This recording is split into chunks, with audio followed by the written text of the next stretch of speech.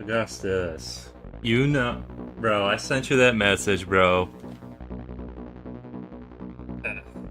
Man.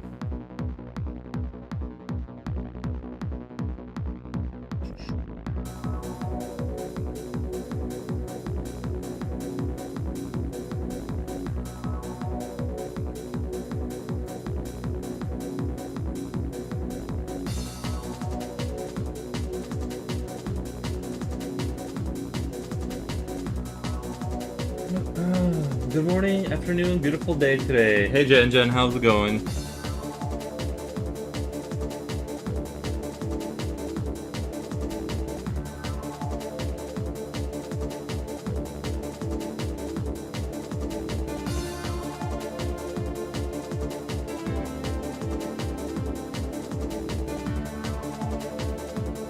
This guy's back is like really hard to I feel like I've been putting a lot of work into this guy's back, and it's like really hard to like get it to where I want it. I keep making it darker and darker, but I keep having to like go deeper, I feel like.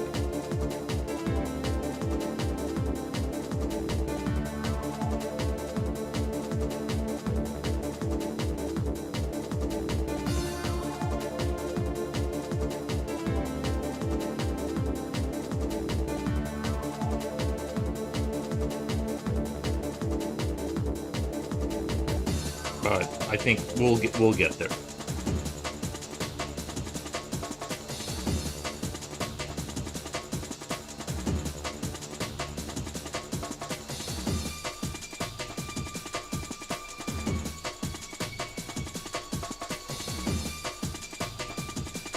Like I said, I want to go as all out as I can on this guy. I want to go all out as I can, basically.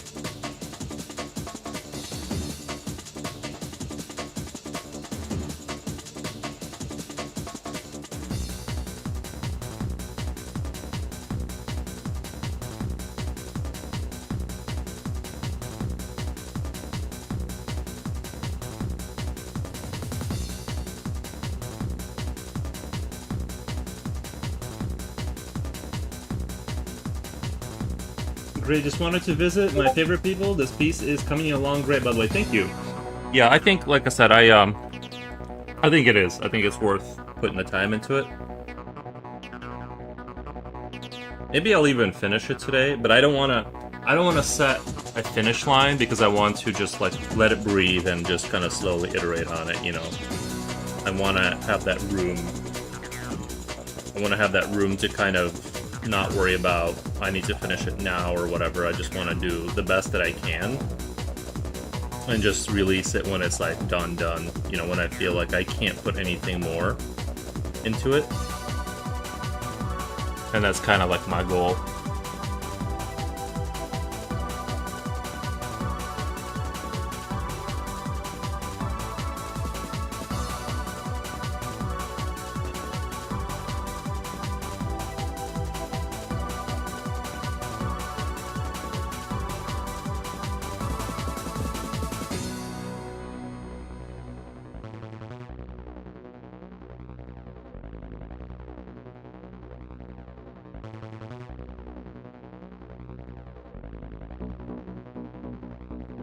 Totally get it. This creature back looks. I know he doesn't skip. He doesn't skip back days.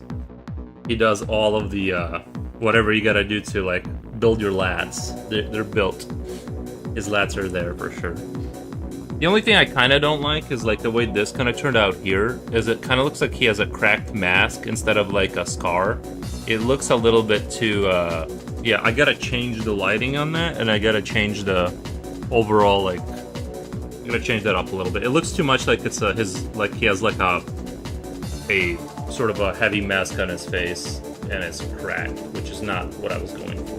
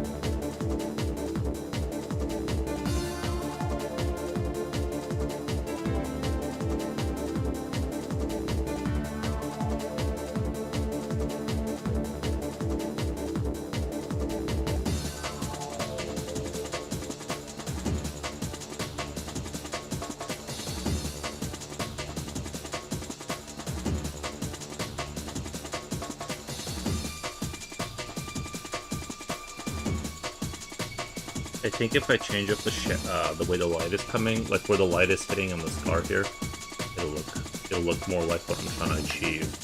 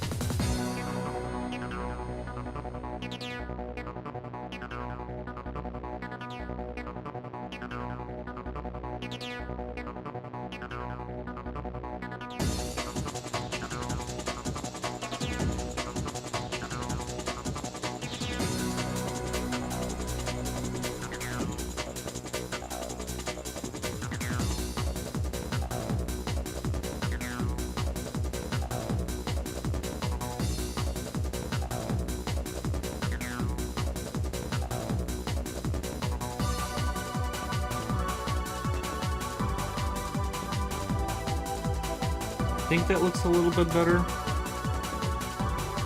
Like when it was just a line with like the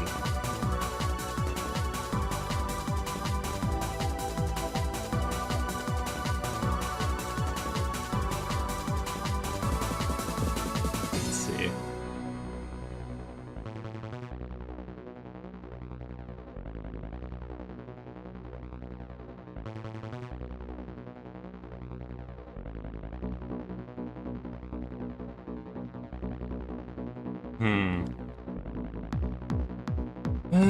I kinda just don't like it right now.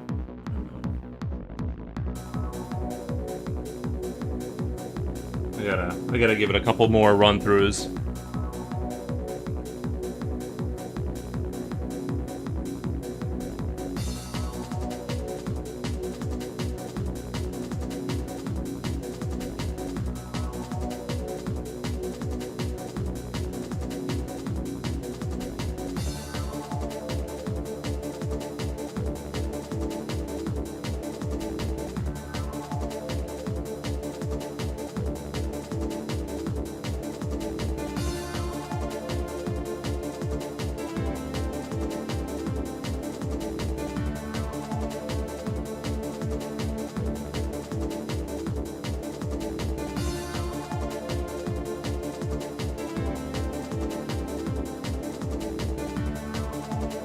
I love this, giving Pan's Labyrinth vibes. He doesn't look like a movie creature per se, but looks like he was inspired. Gotcha. Yeah, I wanted, like I said, I'd like to put an oddity in there. to kind of have something look off about it. That, you know what I mean? Like, I like that whole vibe of... I think maybe I'm making the scar too dark. That maybe that's what it is, because that looks good over here where it's not dark. I think I'm making the shadow part like a little too darkish, and it's kind of creating... Like, it's almost like it's sort of... It doesn't look like it's a scar, it looks like it's... Maybe I'm just overdoing how harsh I'm going with the...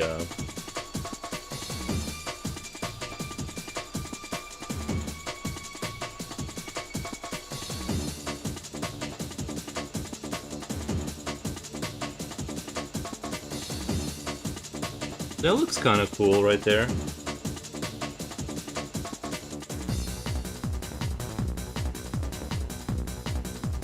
Okay, I think I'm onto something now.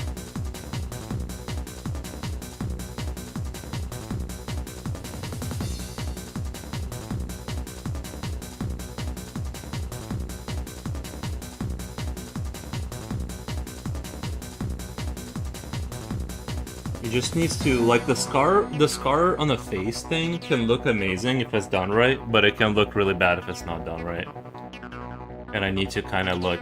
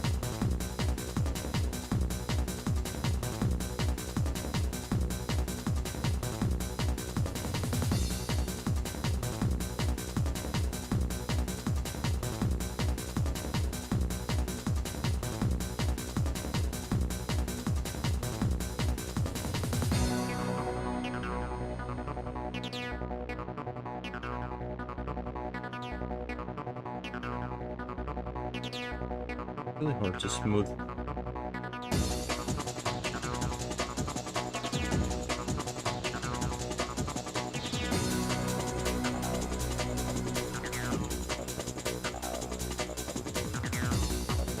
I think I need to gather a big old gulp of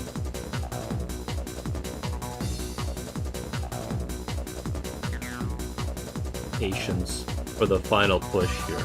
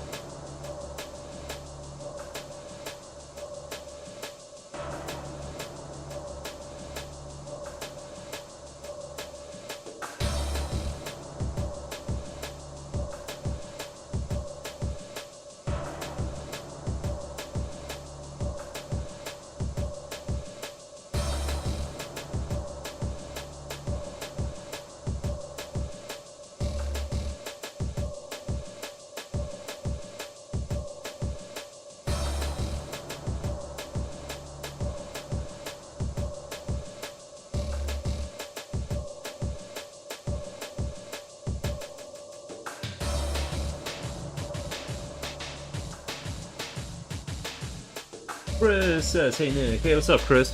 What's up? How it be? Another great day. Art.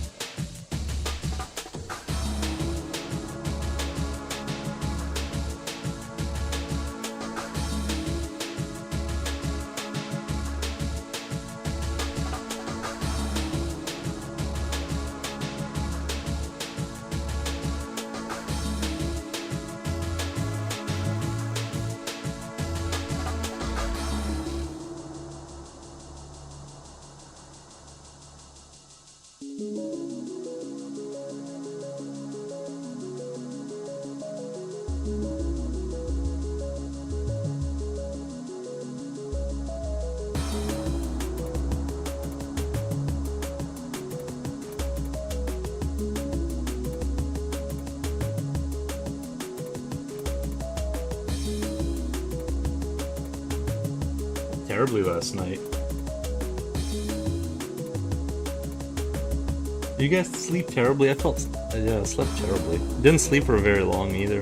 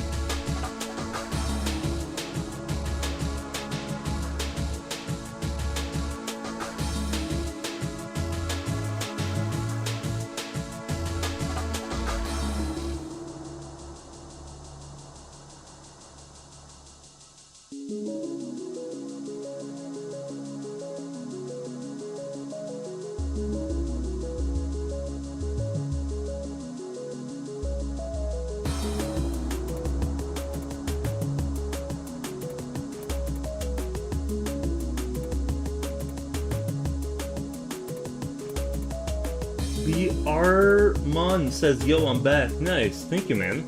Hope you're having a great day.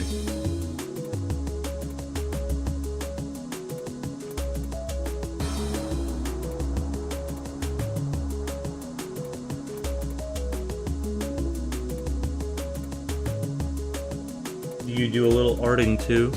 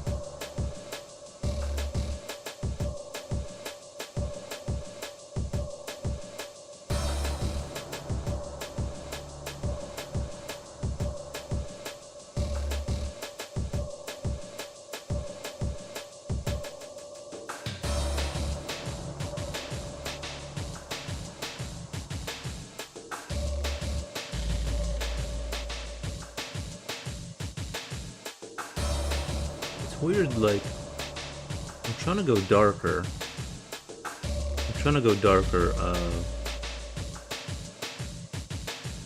But I just, it's almost like I do it, and then I leave that spot, and then it doesn't look dark. It's like I can't get enough contrast in there, no matter how many times I've been over these same spots. I gotta figure something out. I guess maybe I just gotta keep going, and just eventually it'll just look right. But I'm trying to essentially do what I would normally do digitally, but by hand. You know? I know, I'm using a lot of lead for this, but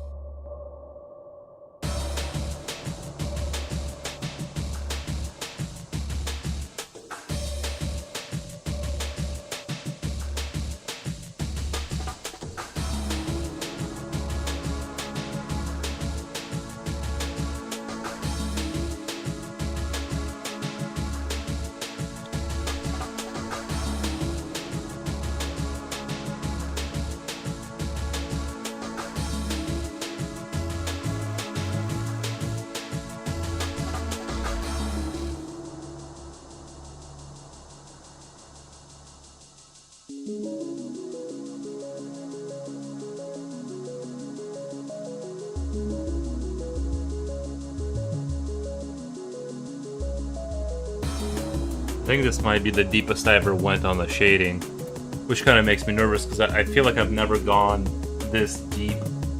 You know what I mean? Like this dark and like this saturated. It's almost like, in a certain sense, I'm like entering a new territory here, you know? In terms of like visual stuff.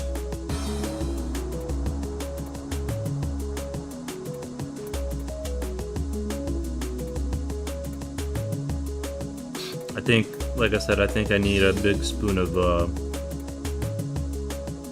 patience. June 25th is GTA June 26th. Oh, I'm trying to do the math. GTA 6 pre-ordering. You know, I mean, I'm kind of GTA curious, but I'm not like really that upset. I've always liked GTA games, but mostly because like they were such technological marvels, and like the physics and, you know, stuff like that, and, you know, just driving cars around in the city was such a like a crazy experience. So yeah, I don't know. I mean, I might pick it up. I know it's like a big thing, right? Like, I'm aware of how big culturally GTA 6 is. I'm not like delusional about that. So yeah, I don't know. I might pull the trigger on that, you know what I mean? Like, I might pull the trigger on it, but it's not like they're gonna run out of digital copies if I don't pre-order on June 25th. Plus, they were talking about charging like upwards of $100, which I'm like, oof, big oof, you know? In this economy, what the?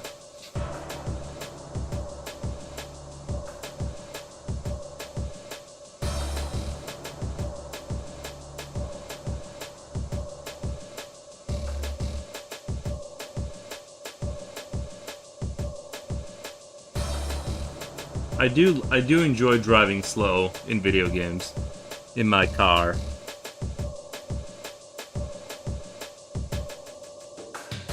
I enjoy driving slow.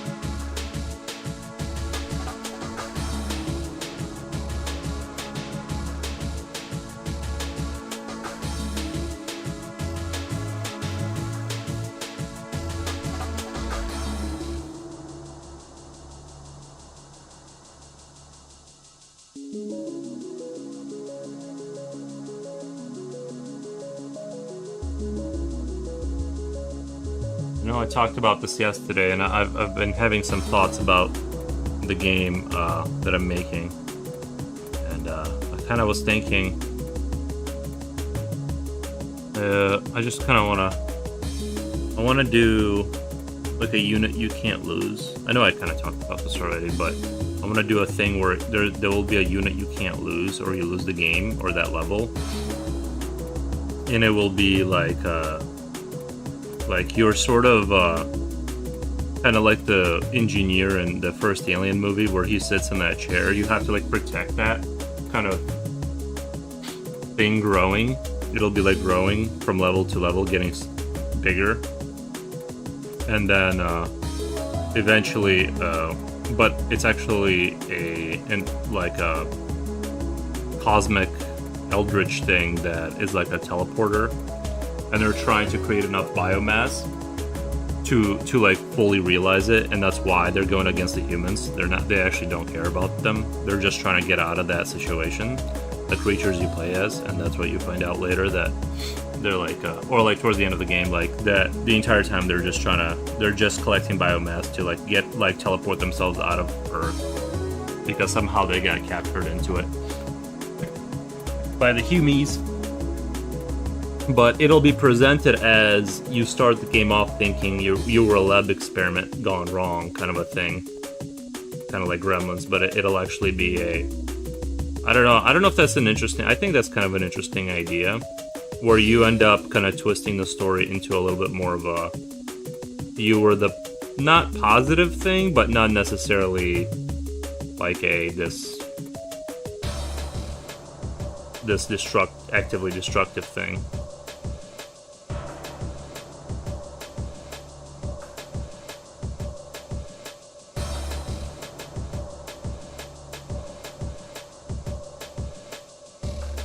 A lot of cons to GTA, lol, but it's so iconic. I cannot get it. I need it. Yeah, I know what you mean. Yeah, I've played every GTA, so except for maybe one. I always enjoyed them, so I totally get it. I'm not like anti GTA. I'm looking at me and I'm like, do I really care? But what I want to do is not so much buy it. I want to just like play it for like a day and just see where technology is going to be at. You know what I mean? I don't have like an interest in like beating the whole game and spending like a lot of hours on it. I more or less just want to just check out where the technology is at, and that's enough for me. You know what I mean? That's kind of all I want to do.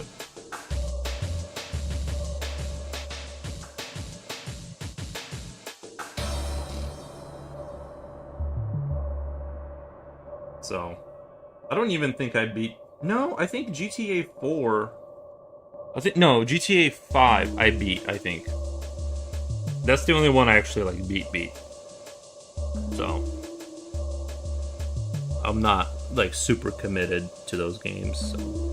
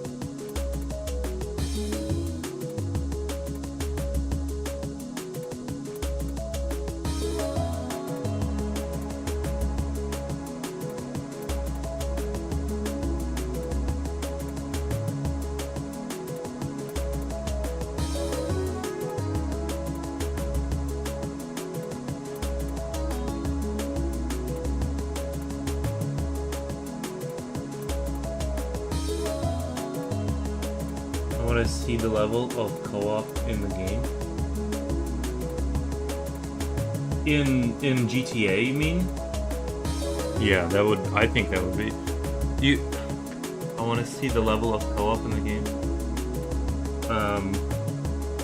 Sorry, I'm not sure if you're talking about GTA or the thing I was talking about, but co-op is always good. I think co-op is like the future. It really is. It's how I play multiplayer nowadays. For the most part, I just play.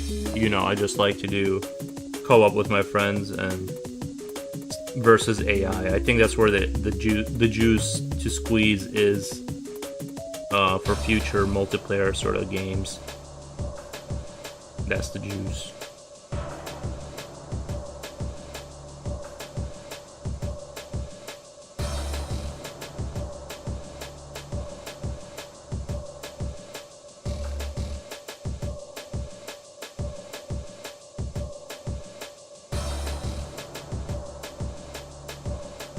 GTA? Yeah, I'm sure it'll have co-op. Like, that would be crazy if it didn't have co-op. That would be crazy Looney Town. Because they had the whole live... I mean, I'm surprised at how actively they've been supporting their whole vision for the online GTA stuff. Like, the fact that it's, like, alive and well, and they've been supporting it, I'm really shocked. So I find that to be like very... I think like it's a good example of how... I remember they first announced that online GTA, like their vision for it, and then it kind of died out. Like, I think everyone thought they like gave up on it, and then they just started adding and adding and adding, and people started like coming back, I feel like. Way past the point of like... I think people had like given up on the idea that it was even happening. And then, like, they just came back. Like, you know what I mean? Like, everyone knows about GTA Online now. It's, like, kind of its own thing. But for a while, I remember people were like, it's not, it just goes to show, like, if you just keep putting effort into something, like, you can eventually just revive it and make it a great thing. So, you just gotta build it and they will come, as they say.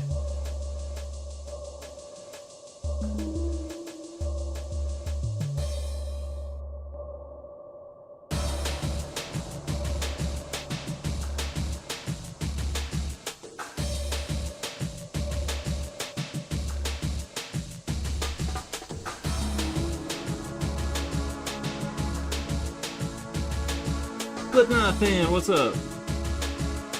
Hey Dazlol, I got some rumored confirmation from my Rockstar Game Connection. Gotcha.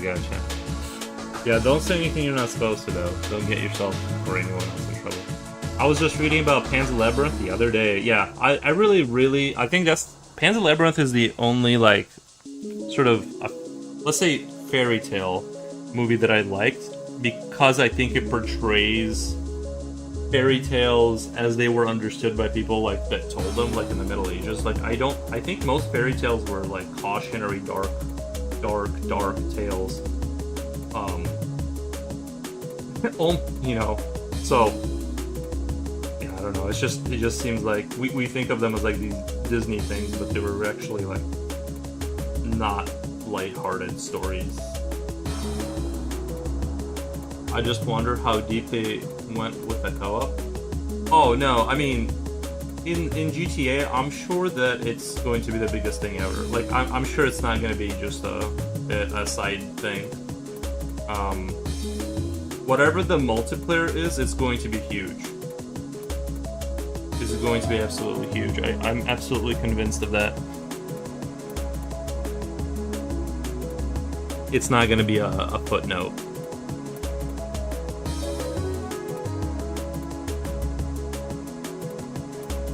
I basically expect GTA to do everything everyone wants. Like, it has to be that game. It can't have anything, like, it has to be, like, that game that does, like, everything perfectly, you know? It's got so much pressure on it. It almost, like, kind of makes me feel like GTA 6 is sort of like Valve's Half-Life, except they actually did it. They went through with it and made it a reality. You know, whereas Valve, they kind of like, they just didn't want to do it, I guess. But And I get it; it's easier said than done, but they're gonna answer the call. So hopefully it's good. I wish them the best. I'm sure they worked really hard on it.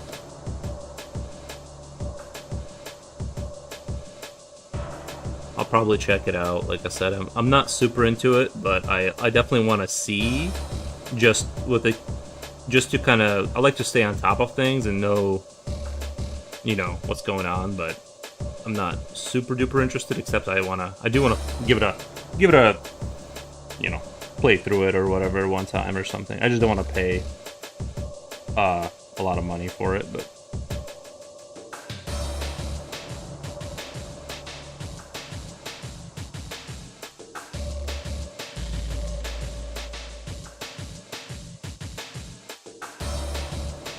Apparently, the director of photography won the best cinematography Oscar for Pan's Labyrinth. Nice. He also did the cinematography for Jackie Brown. It better solve all my problems. That's kind of what I'm saying. Is like it kind of like has to be that game that like gives you everything. Like it can't have any drawbacks. To some extent, I can't even imagine things looking better than GTA 5. Like, you know, I'm sure it will, but I just can't, like, imagine, you know. Jackie Brown had real crisp cinematography. Yeah, his name is Guillermo Navarro. I thought it was Guillermo del Toro, or am I thinking of a different guy? Guillermo del Toro? No? Oh, we got Win. Makes Art says, hey dude, that looks awesome. Thank you, man. Thank you.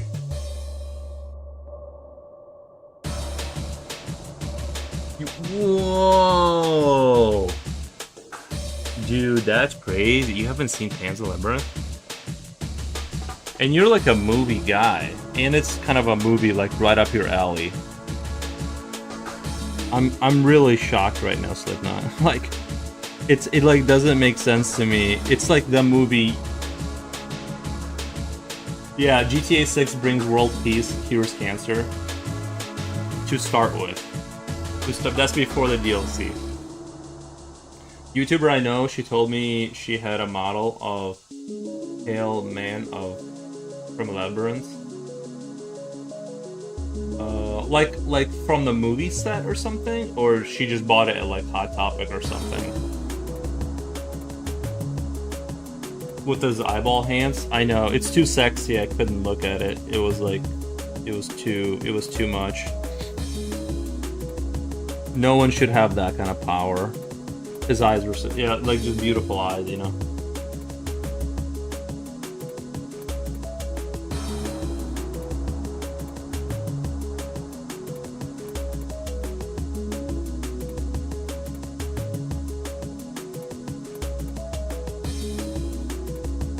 Director Guillermo del Toro, cinematographer. Whoa, they're like, wait, are they like, they know each other? Like they're like related or something? Or are they, it just so happens that they have a name that are similar? It's embarrassing, I don't know. But I can be forgiven. Too late, I've already forgiven myself. Just a coincidence, they're both named Guillermo. I can't say it now. I've said it too many times. I can't do it. But yeah, it's a cool name, Guillermo del Toro. Like, it's a cool name to carry. You know what I mean? It sounds cool. It was just a figure she bought. Oh, okay.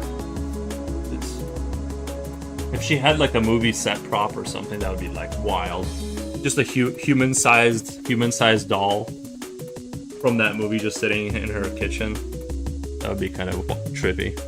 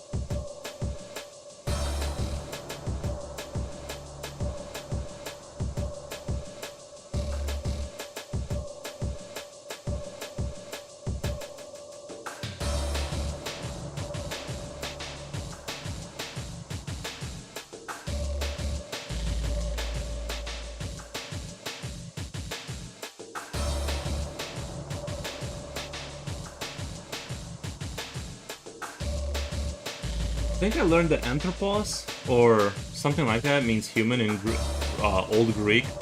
And I'm thinking about drawing my next drawing. I'm thinking about drawing these like little infantrymen that are like mutated, and then calling it Anthropos Experimental Infantry. And they're like kind of in the trenches, but they're like kind of like dwarf-like, and like yeah, just like mutated. I guess like that word anthropic is derived from the Greek word human or something like that. So I want to do like whatever they said it was. I have it written down. It would be a cool name for a piece. You know, it's pronounced Guillermo. Yeah, Guillermo del Toro. Double L. You have to read like a Y. Gil. Am I saying it right? Guillermo del Toro? I feel like I'm saying it right. You can buy a piece of wood take from the stump boat used in Jaws 1975. It's like a little square piece of wood inside a plastic case. Nice. Yeah, I think I'm saying it right though. Guillermo del Toro. That's how I've heard people say it. You know what I mean? Like, I'm just saying it how they said it. I feel like. You have to forgive my ignorance. I try my best, but sometimes I fall short. Especially with pronouncing people's names. Like, I just found out the other day, Coolio is actually Coola Yellow. And I've been saying it wrong for like a year straight.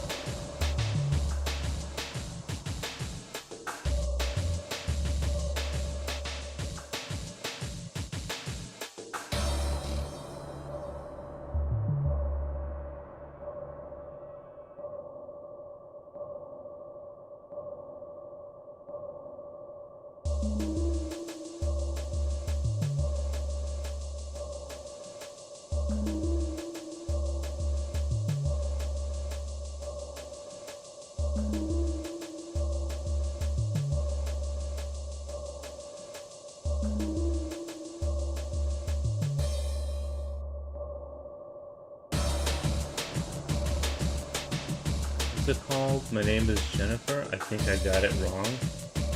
Is TU?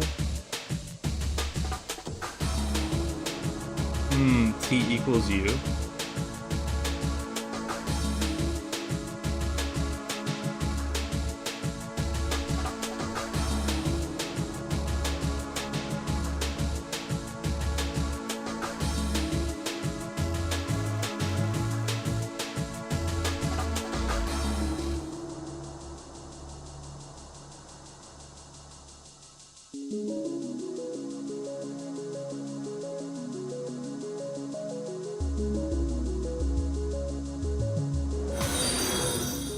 Thank you for the follow.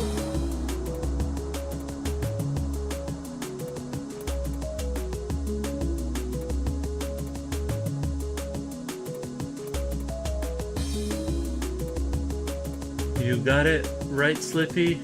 Your version is formal, so maybe proper Spanish speakers would say that way. But if you say como te llamas, it's more casual. Nice. So like younger people say it that way.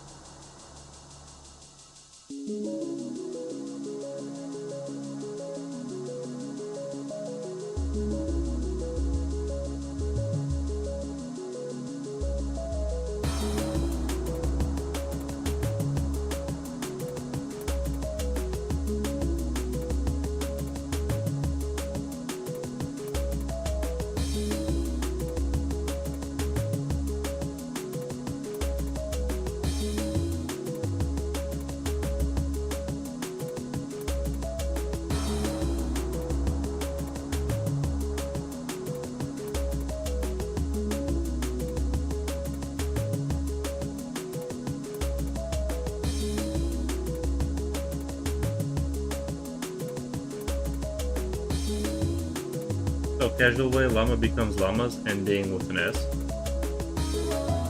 Llamas becomes lamas, ending with an S. In Spanish,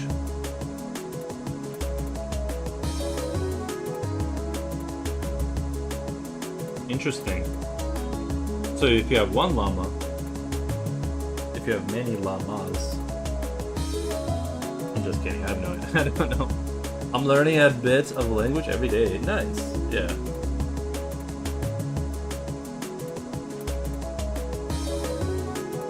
I just know if you have more than one llama, it's llamas.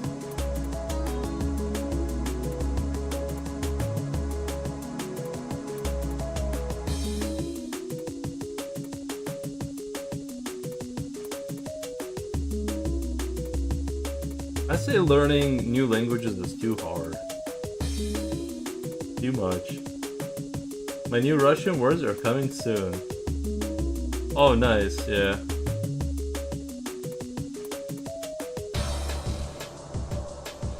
That's a hard one to learn.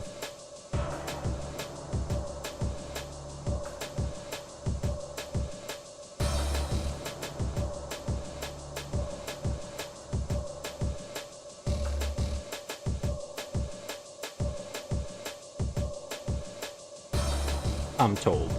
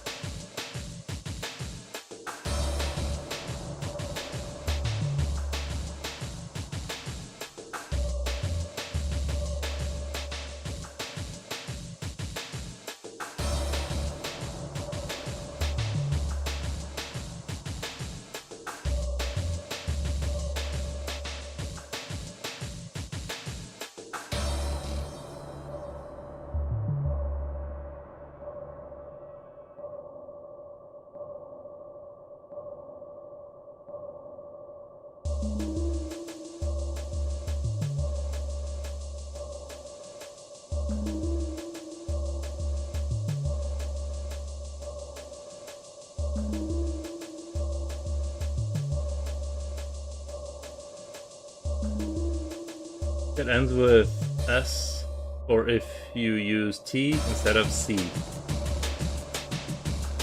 Yeah, I took Spanish in high school, but I didn't do very well. I kind of I need to learn a little Spanish. You know, just a little bit, you know.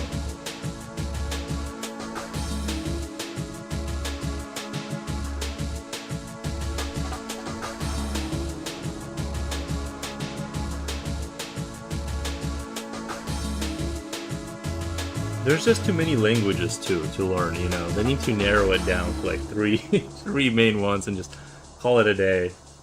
How many language rules? I'd love to learn. I'd love to learn Russian. That's the thing, is that I don't even know. I just instinctively know how to speak because like I lived there, you know, or here and there. Like I just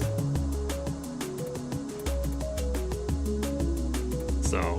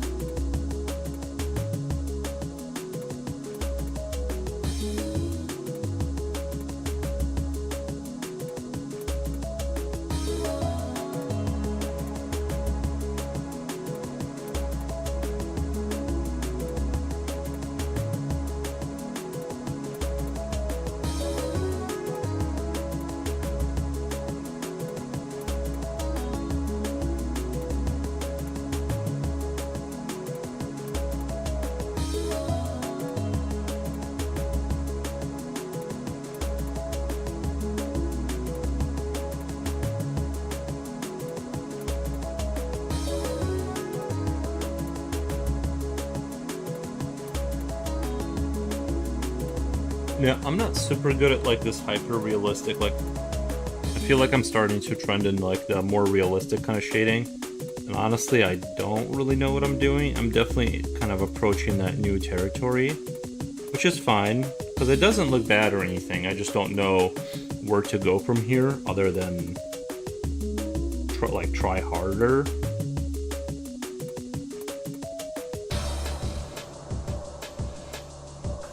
Sometimes that's what you gotta do, you know?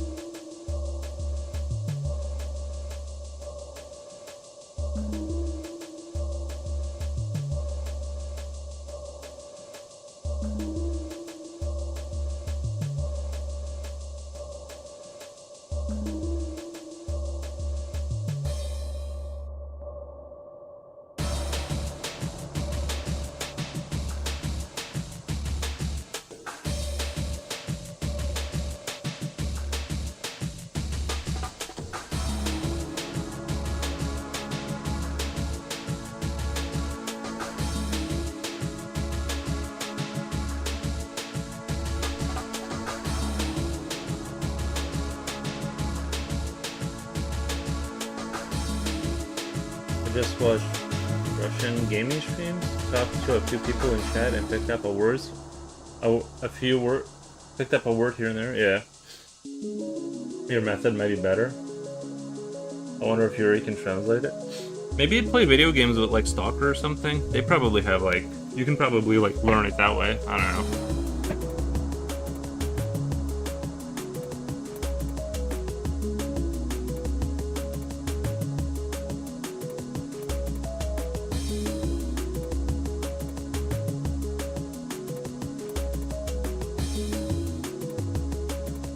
Metro, you know, a lot of good like little gems out there if you want to learn a few words in a way that's like fun, I guess.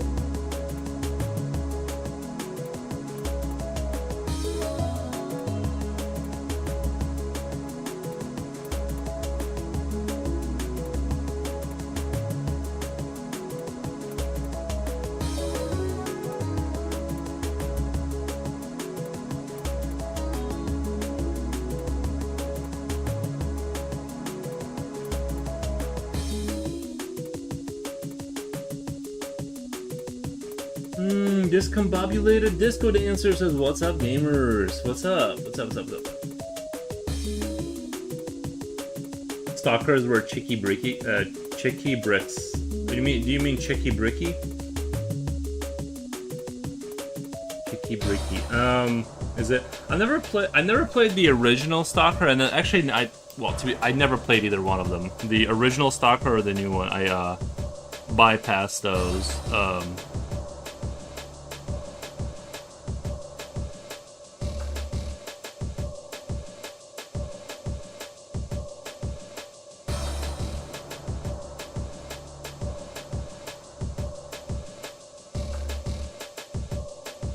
I've always heard like really good things about those games, but I just somehow never got around to playing them.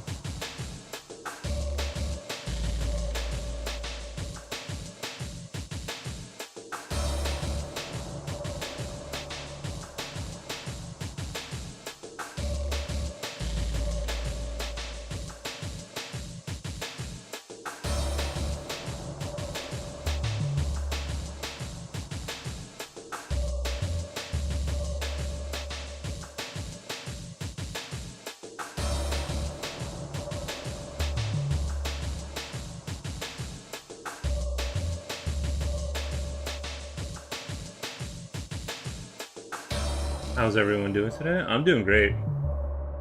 Doing great. Feels like today feels very. It's not that hot, but it's like a little stuffy out here. You know. Feel the air feels oppressive.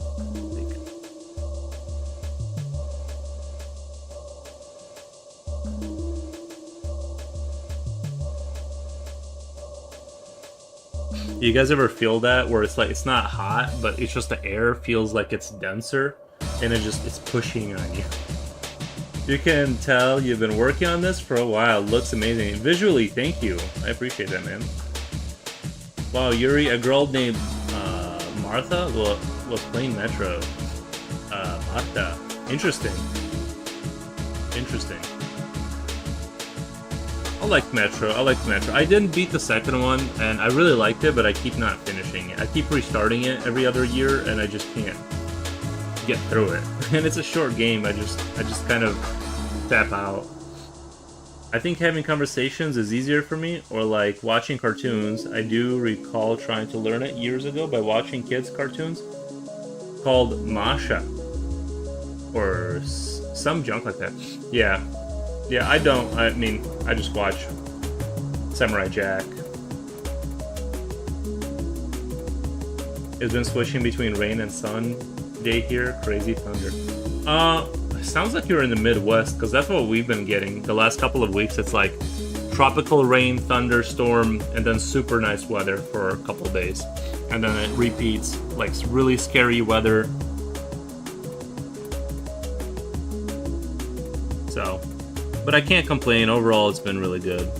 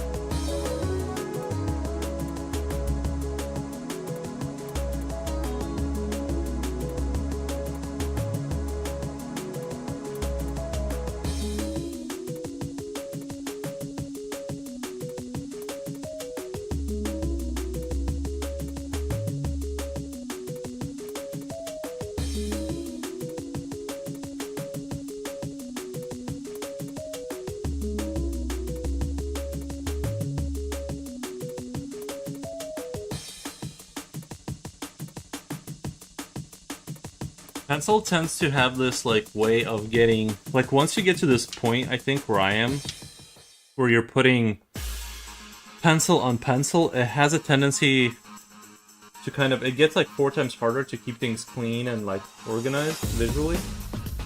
It wants to kind of like, it wants to do its own thing, so we're gonna try and be real careful here and not let it get out of control.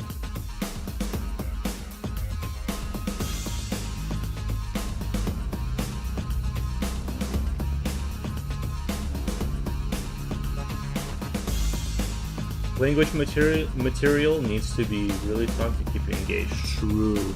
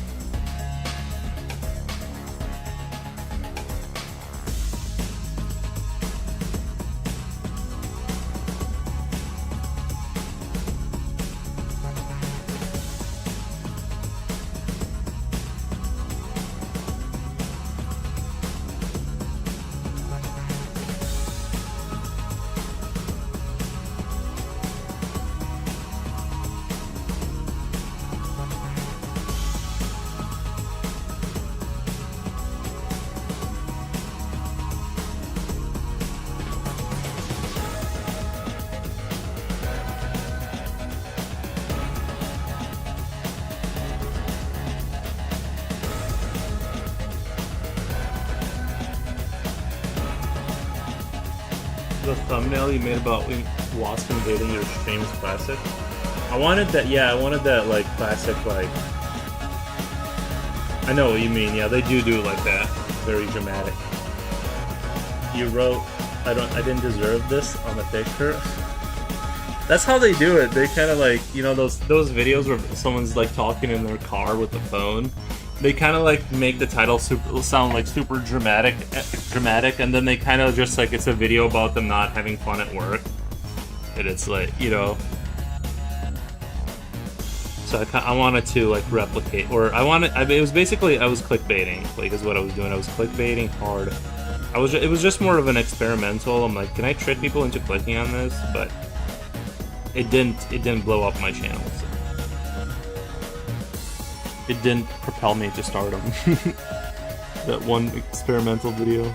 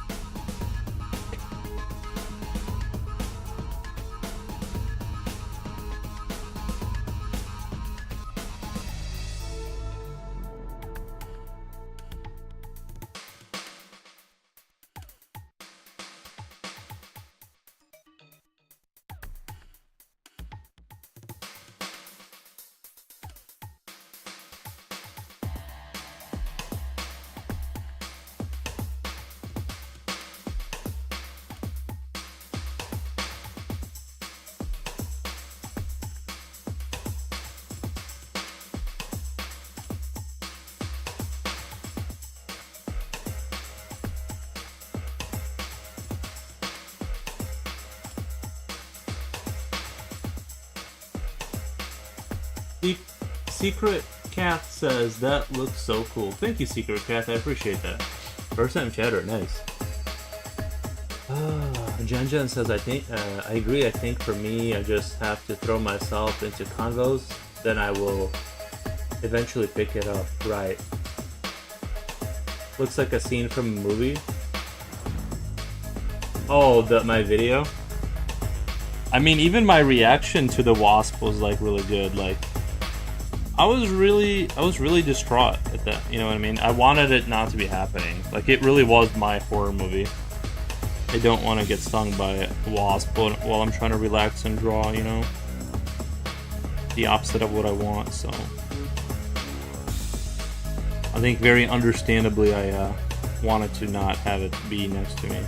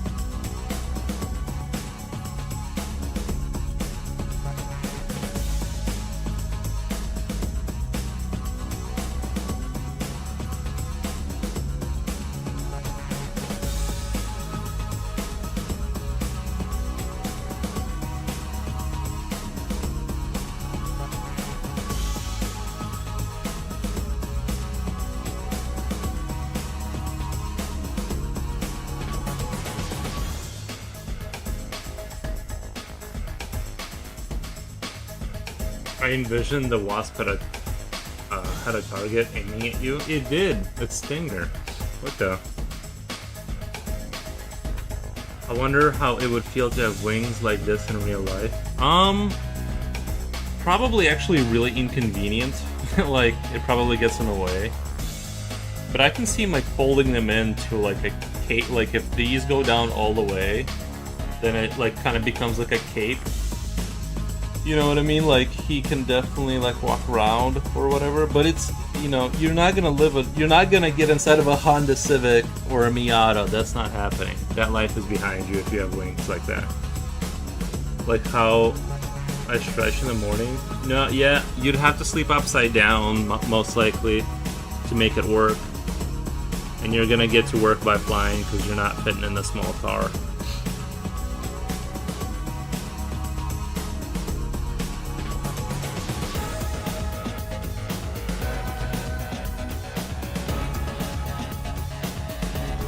Facts.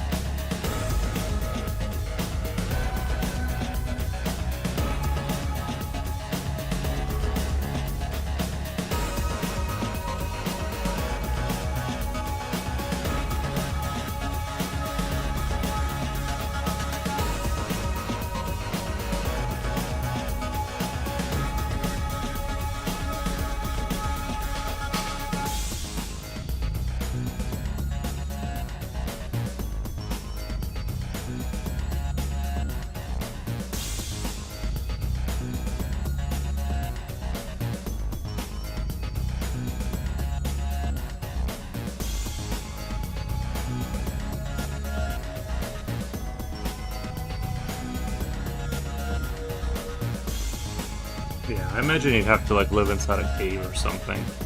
Or like a big enough place. It would be quite a challenge.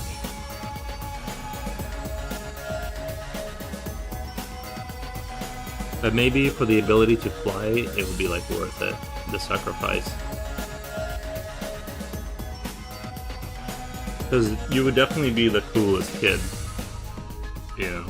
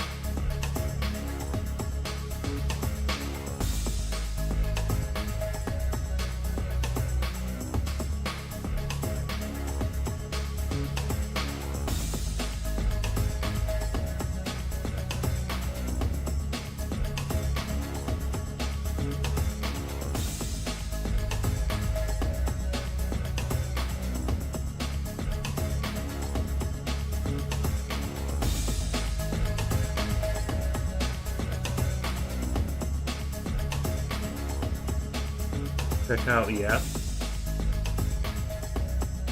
I guess guarding a US government cheese cable would fit that lifestyle very well. That's so true.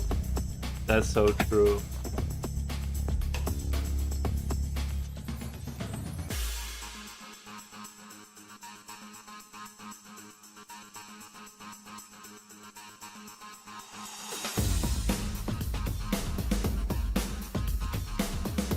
Oh, that's where like you buy the box of wood from the ship from the movie Jaws. What's that run for?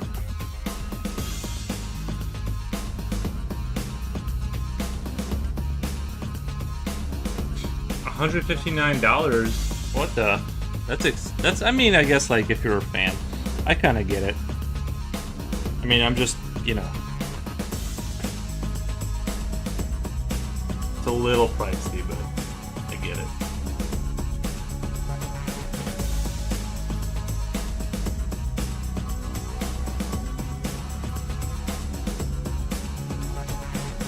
In pounds, it's 120. Yeah. I mean, some people will have to have it, right?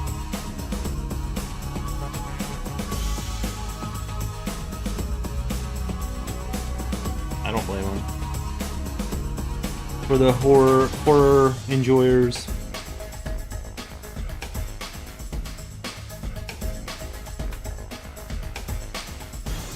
We all have our thing.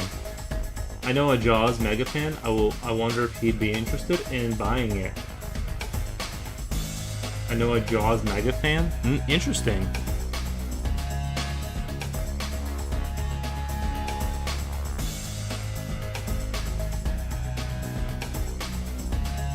I don't know. Maybe it's best not to open that door for them. Let them just kind of live out their life.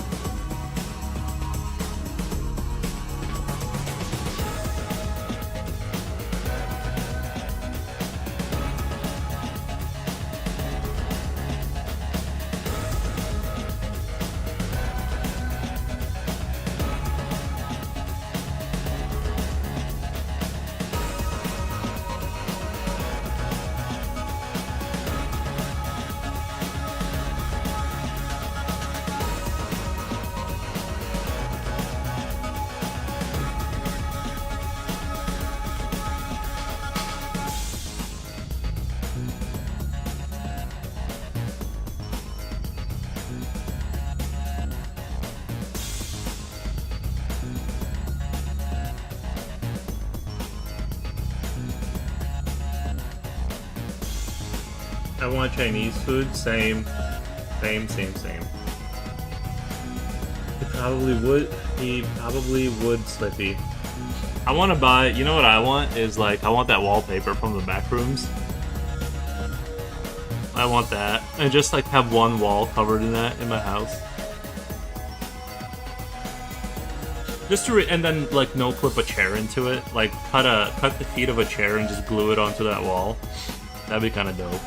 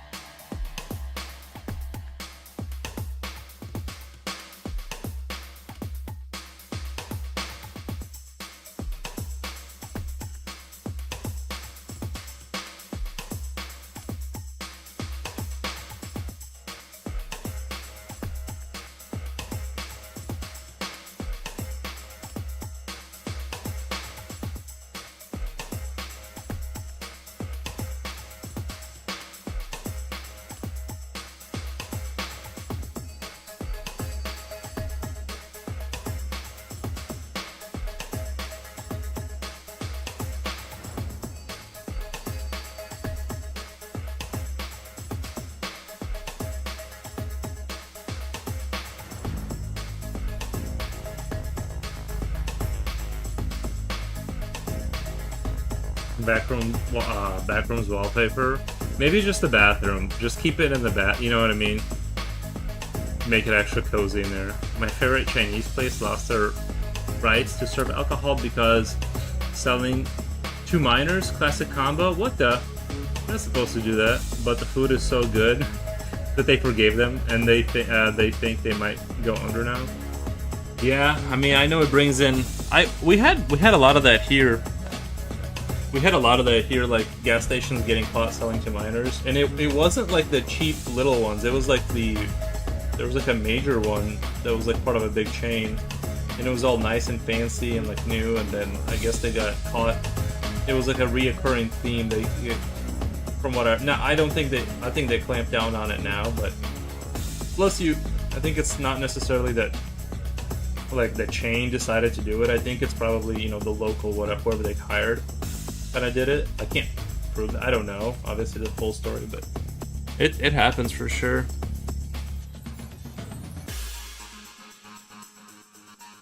We do not endorse that on this show. We are against selling that to minors.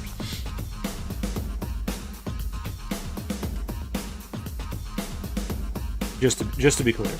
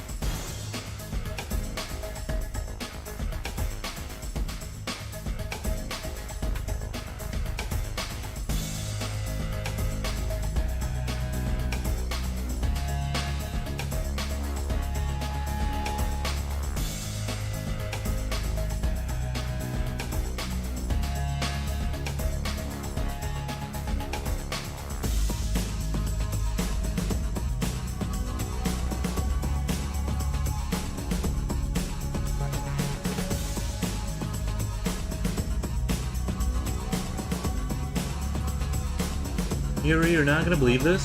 You can buy some Backrooms wallpaper from the A24 store though. I'm sure you can. I'm sure you can like order it on Amazon or something. Now especially.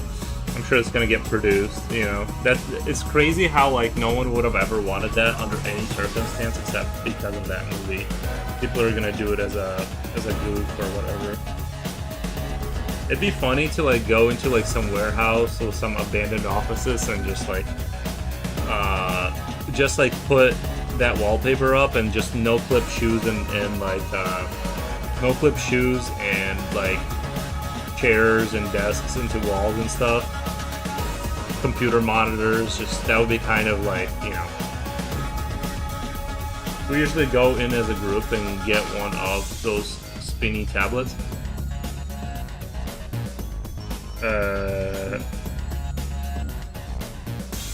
No menu. Oh, chef just sends out plates. Love the authentic Sichuan dishes. I'm a fan. Like I like whatever, you know what I mean. Like I'm down for whatever in terms of food.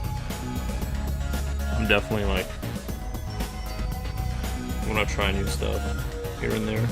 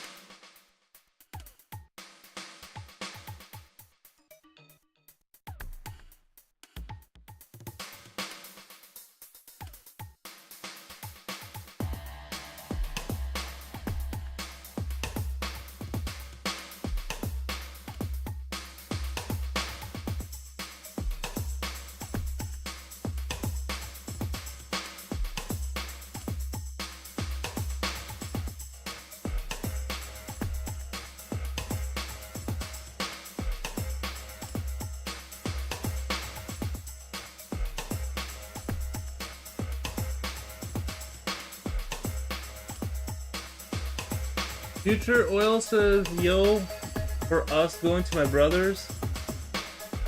For us going to my brother's to help him do cart maintenance. Talk to you later. Alright, buddy. Yeah, help him out. Nice, nice. Low Slippy found the wallpaper, Yuri. You should totally do it. Nice. I love... Maybe I should, like, do it on the outside of my house, too. Like the fence and everything. Love food, maybe a bit too much sometimes. I gotta skip some, skip calories. No, I get it. I'm a food enjoyer, for sure. I eat it every day, in fact. It's crazy. Love it. Alright, Hooks, I have a few things to do today. I'll probably be lurking. Alright, Jen, thank you. I will? Nice. Thank you for the lurks. We appreciate.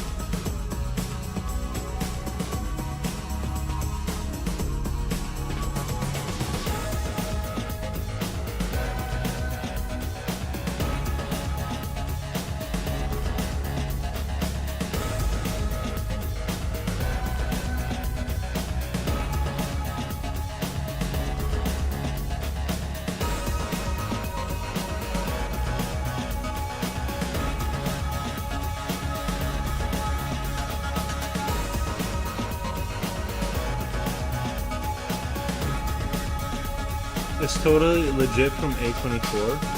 What's A24? Is that like... What's A24? Is that a... Is that the company that made the movie?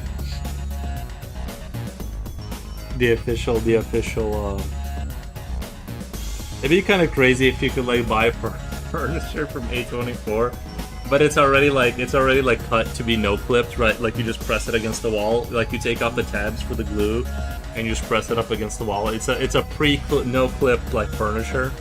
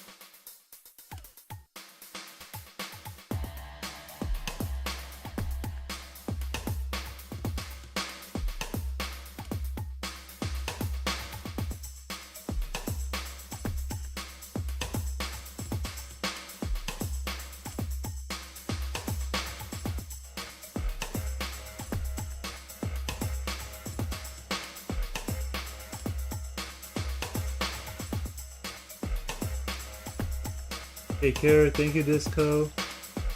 I put info in Yap about the wallpaper. It's I wonder what my dream prop from a movie would be if I chose. Interesting, yeah. A24 is the studio that produced Backrooms. Nice, yeah.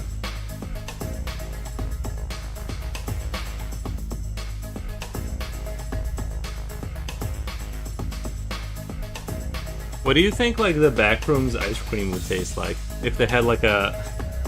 Would it be, like, stale carpet smell and, like, fluorescent light? I don't know, you know what I mean? Like, not even fluorescent, like, yellowish kind of office lights from the 90s or whatever. I don't know, it's just... I wonder what, like, the... like, they should do, like... they should do a co-op with McDonald's and do, like, a, Backrooms themed treats.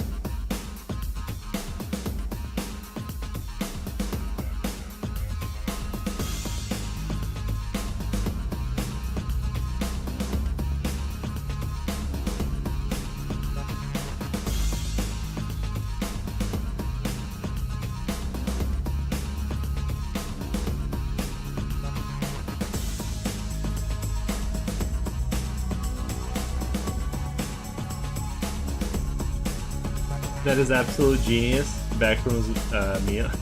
The Backrooms meal, oh my god, it would be given to you on that, like, yellow, you know, that, like, kind of like maybe like a light greenish, yellowish kind of plastic, kind of the thing they give you in the cafeterias and, like, kind of not prison, but you know what I'm saying, like kind of cheap restaurants or the military, and it's like this greenish yellow kind of thing, and it's got like a...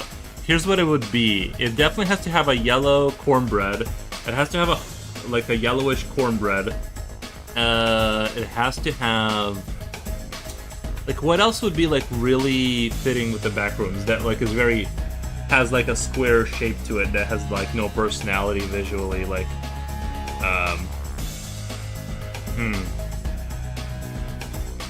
Let's do... Like, that'd be crazy if there was, like, an A24 restaurant by the highway, and it's just like Backrooms themed, and they just give you like the worst food ever.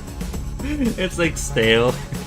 They make sure that you get it stale. Like they all the food they cook, it's prepared the night before, and it sits out and becomes like lukewarm, like room temperature, and then it's immediately distributed to you, like when you walk in. All the drinks, it's like the ice has melted, and it's like room temperature too, like the Pepsi. Oh, the Pepsi should definitely only come in the can. Like you can only buy the Pepsis, but it's like in the metal, you know, the little 6-ounce cans. Backrooms packaging on fries. Yes. Oh my god. Yes. The wallpaper on the like the little fry. Yes. Cornbread, fries. Definitely. I think burger. I think like a burger in there. You know, sounds appetizing. Yeah. Oh my god, that is so hilarious.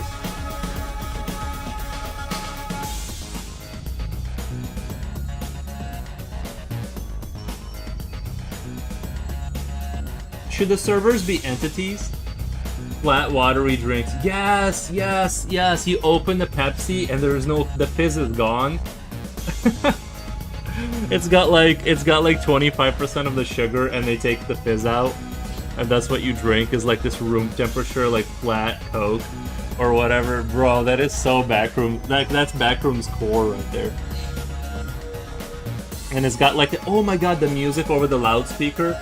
Like buy like a cheap loudspeaker from the 80s where it has like the announcement kind of like reverberating through the room, and just have like that kind of like elevator music playing the entire time.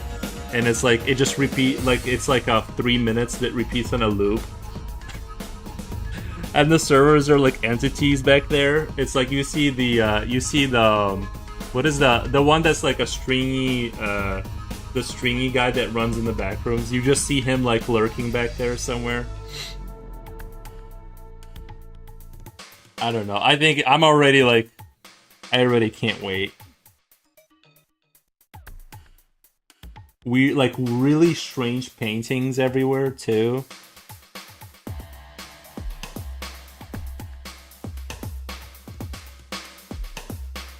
And don't get me started with the bathrooms too. Like,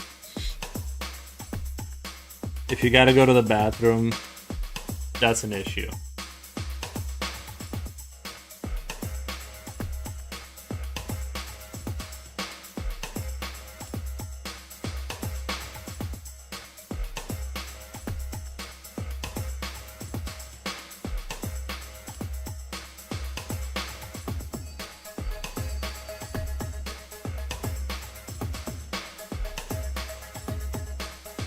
Some people have made AI images of the meal idea, calling it the unhappy meal. Yeah.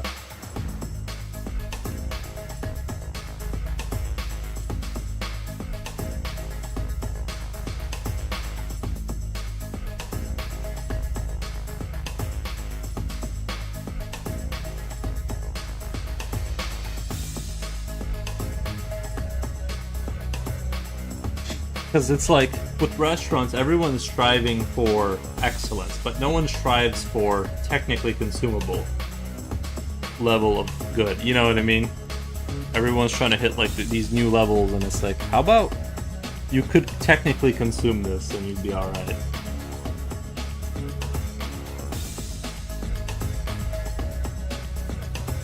I feel like the tables would have that eternal stickiness on them as well. Oh yeah, even though they look clean, the cafeteria classic. No, I totally know what you mean. Like, you move your hand and it's like, it's got that like, it like binds to your hands a little bit. Yeah, like it's clean but kind of dirty. Everything has like a layer of like, not grease, but maybe like a little bit of grease. You know what I mean? Like, just to like, you can like, you put your hand on anything and it just always has a little bit of that like, gross kind of smoothness to it, from like just the light grease on everything. How does McDonald's miss out on an idea like this though? Oh, yeah, do the McDonald's edition. I like, the music should be super creepy. You know how like carnivals have that like kind of well, you guys have heard like the music, the backrooms kind of music, like have like that kind of clown music kind of playing, and it like slows down randomly in the track, like it kind of dips and goes like slow for a little bit because like the PA system like messes up.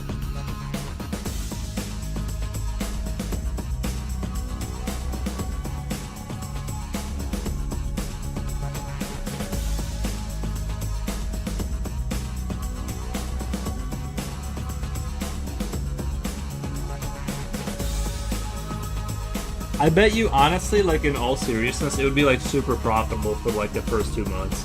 It would have just people lined up outside the door, but it like, there's no way that would like last. You know what I mean?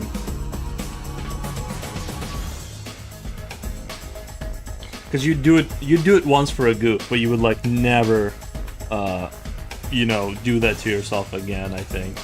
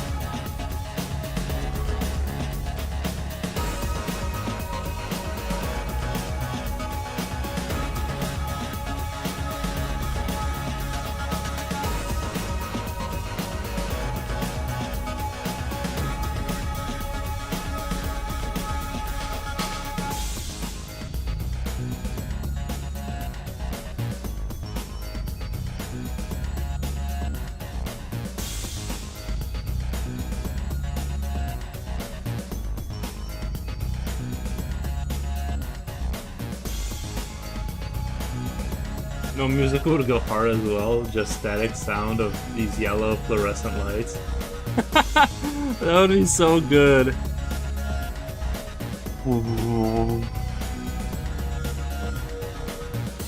Yeah, just really loud buzzing from the lights. I guess the intercom, like the PA system, it could just come in, like it would be fluorescent light sound, and then just intermittently, like every 5 minutes, you just hear like a bell and like a little bit of music plays for like a minute, and then it goes back to just like hard buzzing sound from the top.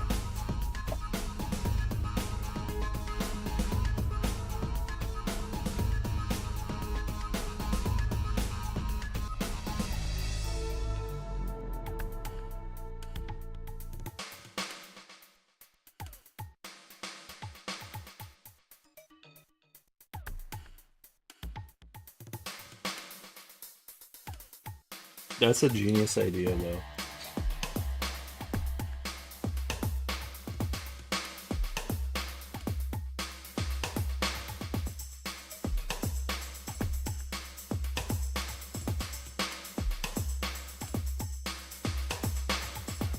I put some unhappy meals in Yap Chat. Let me check it out.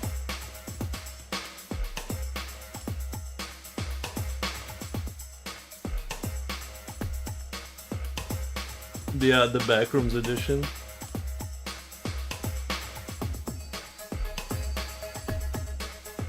A limited time experience, the Backrooms meal. Well, you know what? I definitely think they should do. They should definitely do that. Like the whole idea of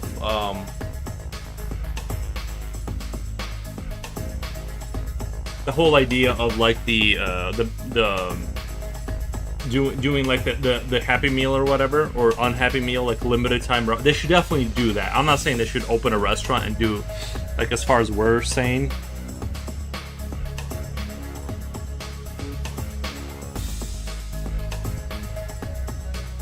But I think that doing just an unhappy meal would be like would definitely be like, for sure I would go out of my way to go buy that. I like your community and chat. I might be new, but it has been a blast so far. Nice, thank you.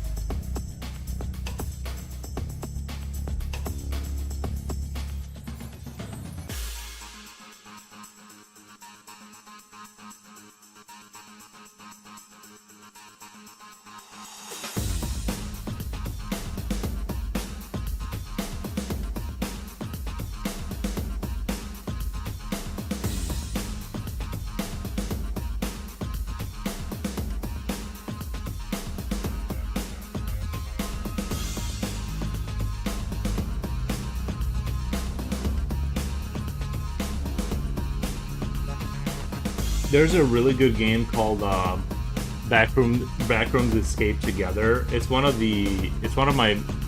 I've never played like too many of those like Backrooms games, but that one I really liked. It's like co-op based. I think you can beat it alone, but it's more like for co-op. And it was hella fun playing that one.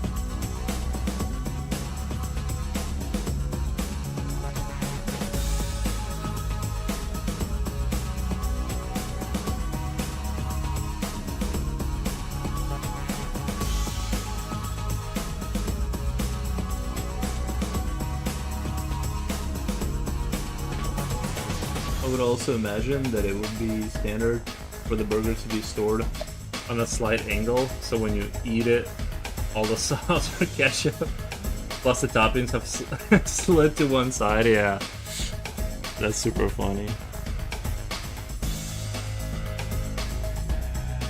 I hate that when you bite into a burger and it just like everything like shoots to the other side and you have to put extra pressure on the other side of the burger to keep it together. It's one of the worst like burger experiences, like when it gets all slippy slidey like that. I think one of the worst perpetrators, honestly, is like Burger King. I've never eaten Burger King without my entire car being covered in pickles and sauce. Like you can't like hold on to a Burger King burger. They just fall apart in your hand somehow. When you unwrap the burger, it's already over your hand, and you wonder how the heck am I gonna eat this? Yeah.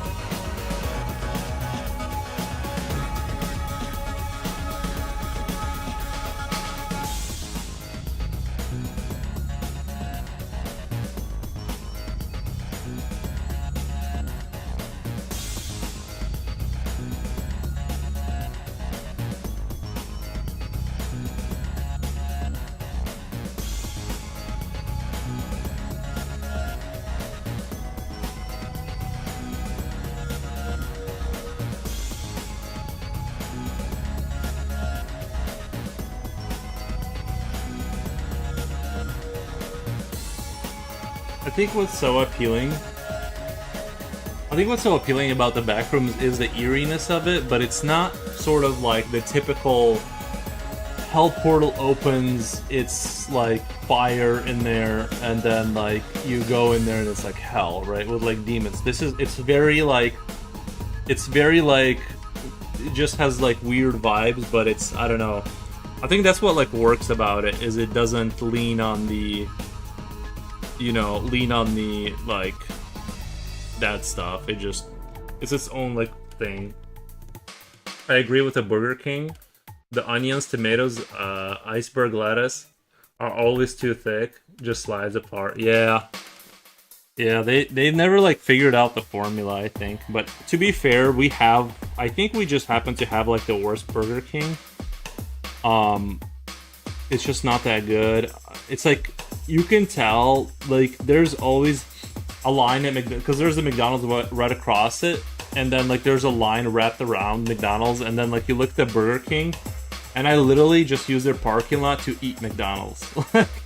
I pull in there, so I like do like one of these. I pull in there with my drink and just calmly, because it's empty, like no one's there, so you can just calmly eat your food while looking at McDonald's. It's super funny. Like they just, I don't know, they revamped it, but I don't think they ever like hired the right people or something. It's just always like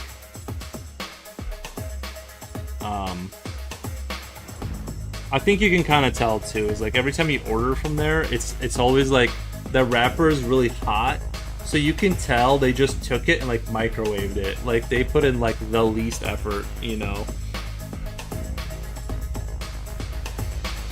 Like they give you like fries. They give you like fries, and the box of the fries will be like super hot. Like they didn't even bother cooking the fries. They just like they just took like fries that's been sitting there and they just microwave the crap out of it.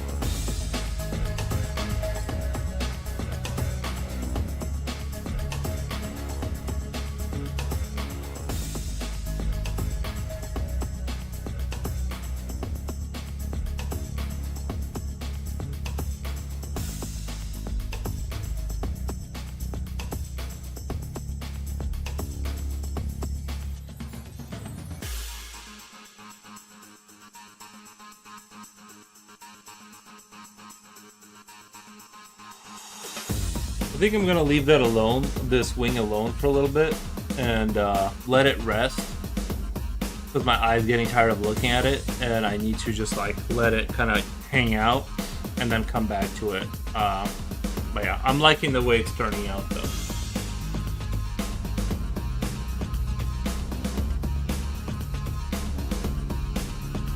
We're getting it. As the BK staff slowly slides your tray of food towards you, the staff and you accidentally make eye contact, and it's just a sad moment because you know one of you wants to be there. Yeah, so true. So true. It almost doesn't matter who even eats the food. Like, you know, like it's almost doesn't just, they could have just cooked it and ate it instead of you, and it would have been like kind of the same.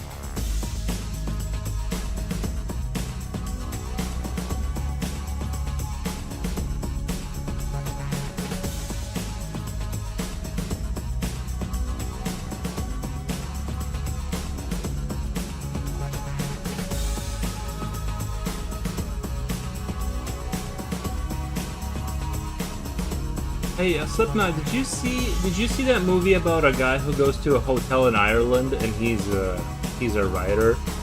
Did you see that one? I wonder if you like that one.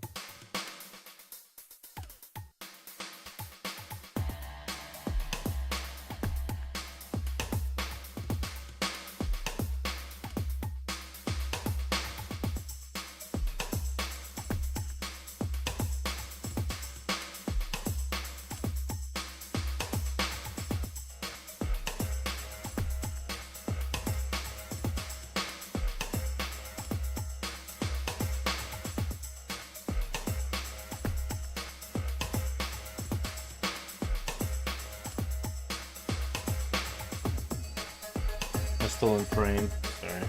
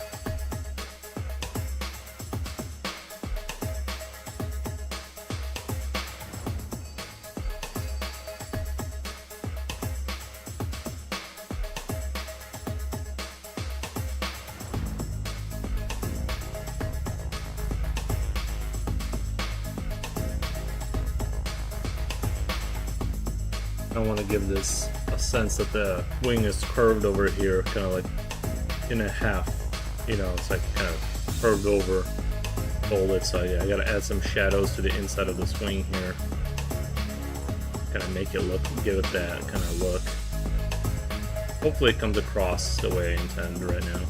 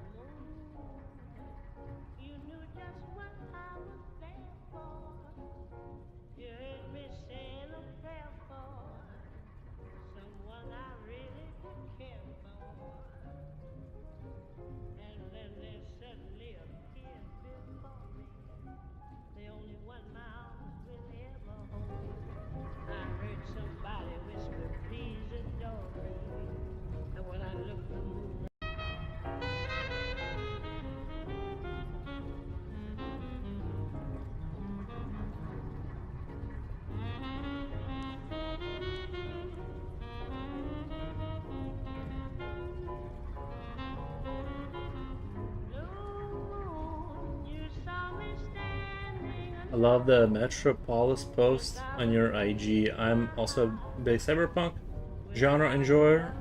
It's peak dystopian in some ways. Yeah, I totally agree. I totally agree. There's a couple nice flight simulators that do sort of the Blade Runner-esque kind of it's like a taxi game for VR, and it was quite spectacular when I first played it. You play as this just some sort of delivery driver in that setting, and it definitely made it compelling because It was very, very, very nice looking. But yeah, no, I'm a big fan. I almost wish like I wish there was like games about that universe. And I know it probably won't happen, but I want to do Cyberpunk, but you're just like a guy trying to get by kind of thing, and not like the main protagonist pew pewing people. So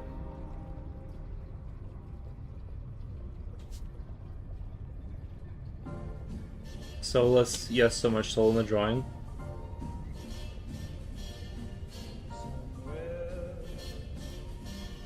Yeah, I definitely enjoyed the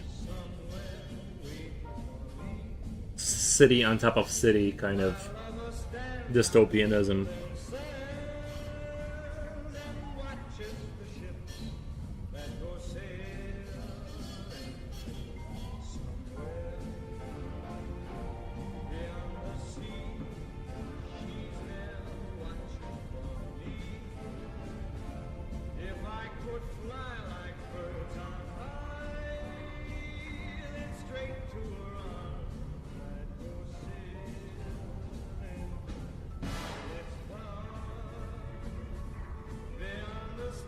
I also hate being the overpowered main character in these games. Yeah, I think like what appeals to me is like they should make a game like basically like that, like delivery driver in dystopian like cyberpunk kind of setting, and you're like, yeah, just like a delivery driver, not even in a flying vehicle.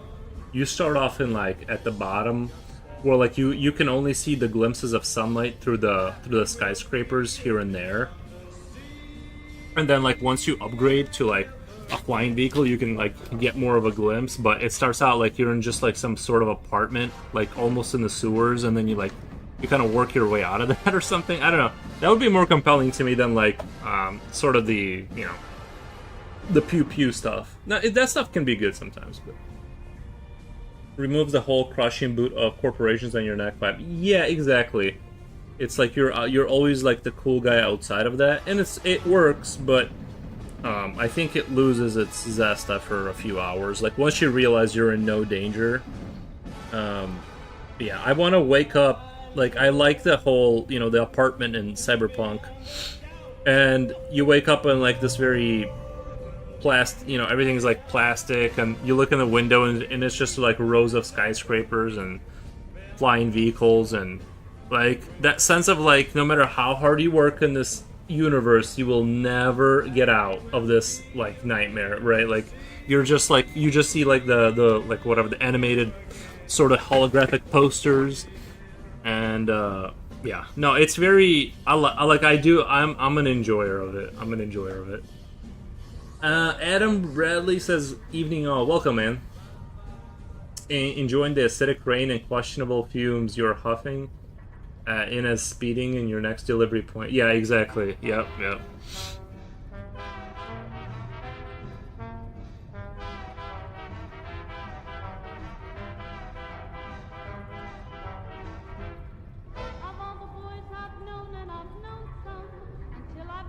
Yeah, in that picture, I tried to kind of draw something really monolithic in front of the viewer, but behind it is even like a skyscraper you can't even see the edges of, like the size of the building, to really sell the idea that like even the big things in front of you are small things compared to the much larger things behind them. Like it's just like very it's intended to be like super oppressive looking in terms of like just overbuilt city vibes. What's up, Adam? Nice.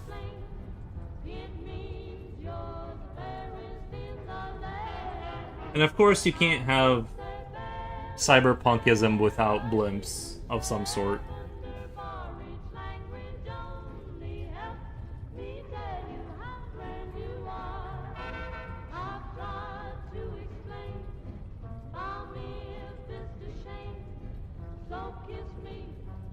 That's how you know you're in the future. It's also kind of weird that, like, I think everyone kind of assumed that the future would be kind of more, like, wires sticking out of everything, and, like, just more CRTs and like control, like kind of like how the Matrix saw the future, like the city of Zion, but instead everything became like wireless and flat, like just flat screens and touchless, touchless everything, and like interconnected in a way that's like hard to, it's not like Akira or Ghost in the Shell. Like I think Ghost in the Shell is like, I think everyone kind of thought there would be more buttons and wires everywhere. Like instead there are less buttons.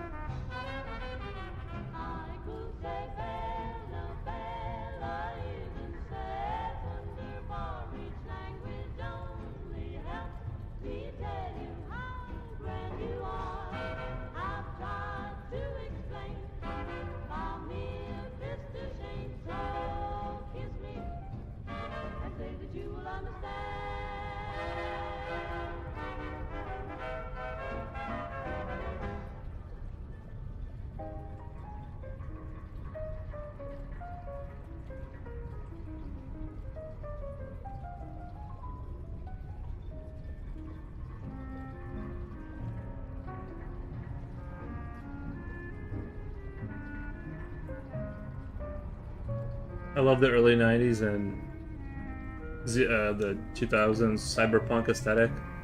I think today's cyberpunk is pretty design-wise. You know what? If we're talking about like the 20, what was the last Ryan Gosling one? I forget what it was called. It was I actually didn't. I actually liked it too. It's definitely more. I even when he was using that tool.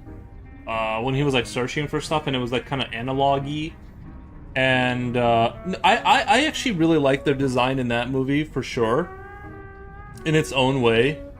I would say I liked it even more than the 80s kind of stuff. Overall, I think I liked it. Like I really like the design of that world, the aesthetics of it. Like it's one of my more like I didn't really like super love that movie. Like I wasn't tripping over myself to like watch it again. But I like in terms of like how it looks and everything, it was perfect. Like I love the sort of the visuals of that movie. Even his apartment and everything, like his apartment, like all of like, cause there's like the futuristic stuff, but I like how sometimes like you see an apartment, and inside it just looks like kind of like New York or something, like a crappy apartment in New York. It's not like everything is not like the future, right? Like I think that's like grounding some of the visuals is like a really good idea to kind of have a contrast between that and sort of the growing apocalypse of like of like these super skyscrapers everywhere, right? Like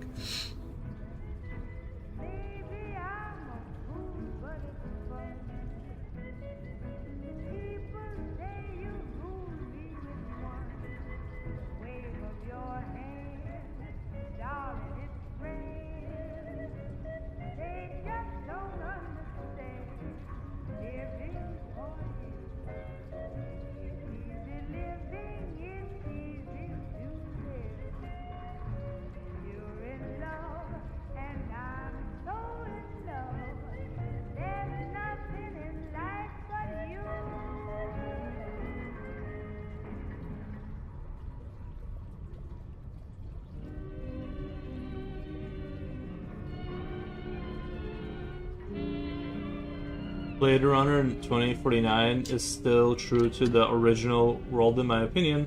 Everything is crap with some nice neon lights. Right. No, it's true. Yeah. No, I think it holds to the original movie.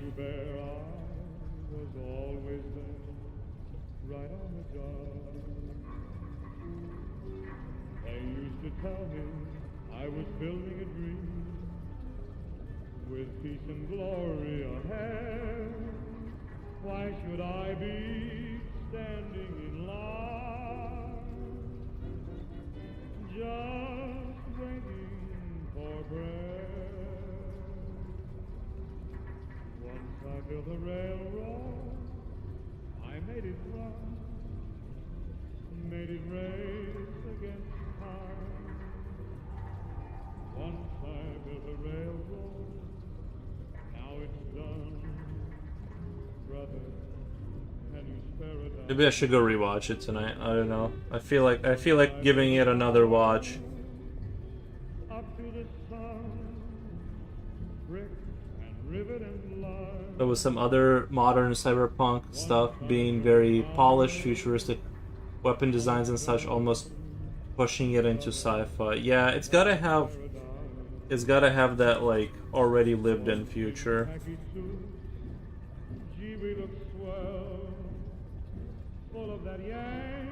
No, I agree. I think some of them don't quite. I can't think of any off the top of my head, but I know what you mean.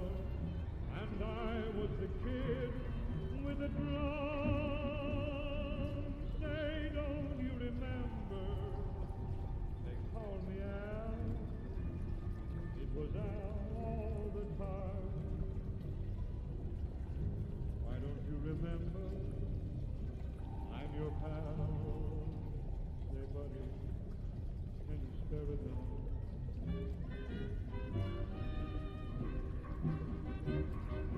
Once in khaki suit, ah gee, we look swell, full of that Yankee doodly-dum.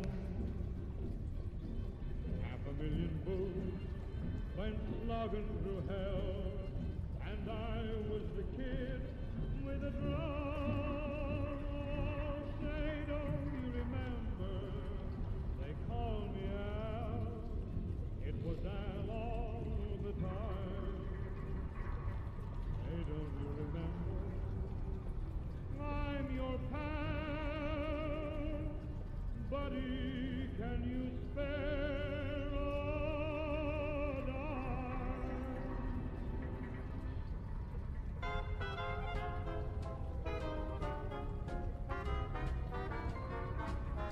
I'm almost like really liking the way I'm drawing this like tower thing, kind of blending into the background. I'm almost thinking like this would be kind of a good idea to do like the way these kind of like background things look is to do like a cyberpunky kind of city just blending in with the background. I think that would look really interesting. You know, and then do some spaceships back there. That could look kind of like really wild and interesting. Elmondo, what's up? What's up?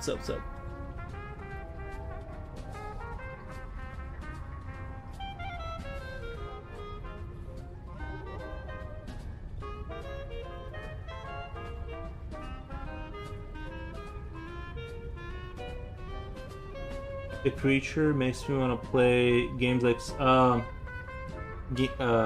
play some Souls-like games for some reason. I gotcha. You know, I was thinking, if I were to like, if I had my dream, if I had like just unlimited resources, and I could go make any game, I think it would be interesting. Check this out. To make a Souls-like game, but it's cosmic. It's cosmic horrors and nightmares, kind of themed. So you're like, I don't know if you've ever played like Scorn. That game is very like sort of close to like disturbing, right? But like cosmic nightmarish universe with Cthulhu themes and all this kind of stuff. Like, and you're like this weird kind of creature, and all the armor sets are like kind of, you know, look like the spaceship from Alien 1 kind of vibes, and like everything is like that, and that's the game. I don't know. I feel like that would like I think like taking it outside of the medieval macabre. I've never heard of that macabre. But I'll have to draw something like that up. You know what I mean? Kind of what I'm talking about. It would still have like swords, and dueling, but the world would be sort of like cosmic horror, cosmic like eldritch stuff type of instead of like the medieval stuff. It's a boon for you, a break for you, to hear that my heart's on the make for you. Yet no matter however appealing, I still have the feeling it's bad for me. Biopunk Souls like sounds great, doesn't it? Because of all the crazy like, I really like how crazy they get with the creatures, but this would like really open the door. I feel like it would really open the door to like really like you wouldn't have like really any limits. Though like the world would be more shapeless in a certain sense, like you know, there's not like predefined conceptions of what like a knight looks like, so. There, I don't know. It would be pretty interesting, right? Like the kind of buildings you could build and the temples and stuff.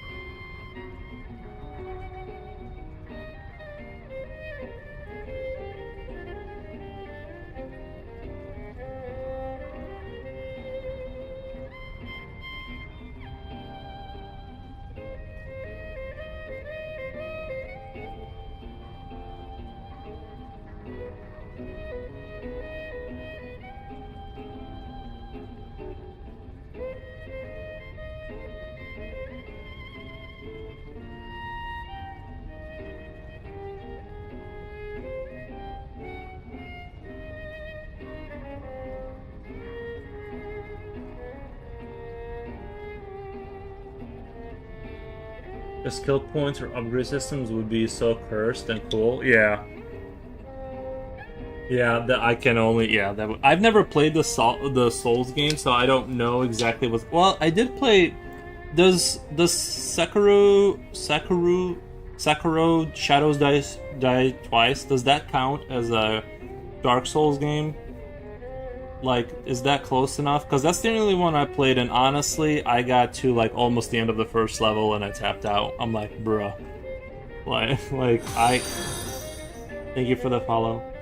No, I did really like it. It's just it was I'm going to beat it. I promise. I will beat it one day. But I'm not emotionally ready right now to be beat like that over and over again. Like I need to be stronger. One day. I always remember Diablo 3 for that reason. In most games, beefy and big monsters are slow in movement and attacks, but they made some have stealth or phase out and be super fast and hard hitting. It's the hardest one. I'm thinking also like in the Eldritch Cosmic Horror Souls-like, you could do a lot of stuff like trains and vehicles like that you take places, you know. I'm sure like the Souls like Elden Ring probably has dragons you ride or something like that, or portals, but I'm just imagining like how much creative stuff you can do with like once you say that it's Cthulhu, whatever, nightmarish, you can kind of design anything anywhere and just say it is like it is this. Deal with it. So yeah, I'm even thinking about sneaking it into my game that I'm making now, where your hive is trying to grow a creature that is a teleporter to their universe to get back to their universe, but they need lots of biomass, which is what requires them to spread out and get the humans. But it's nothing personal; like they're just surviving, right? I don't know. I think it makes it more of an interesting concept than if I said these are biomutants and they're just evil. I want to have a twist where you find out that they're not actually of human design origin. They're actually like kind of like something people found in space prematurely, and then it like got out of control.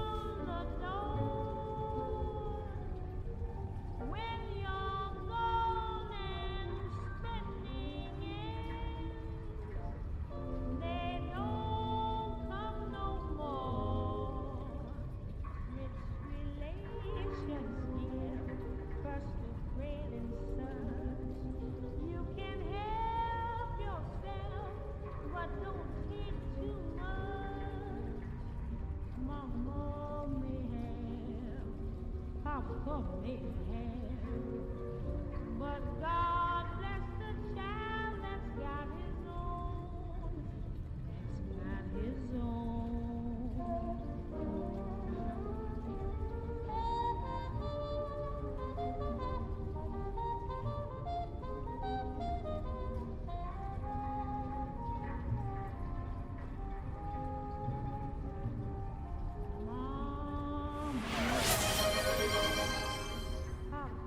Julio, what the? Gifted a 1 sub to El Mundo. Thank you, Julio. Appreciate that. I didn't even realize Julio was in here. He's been like super quiet. Appreciate that, Julio. Appreciate this, the gifted sub.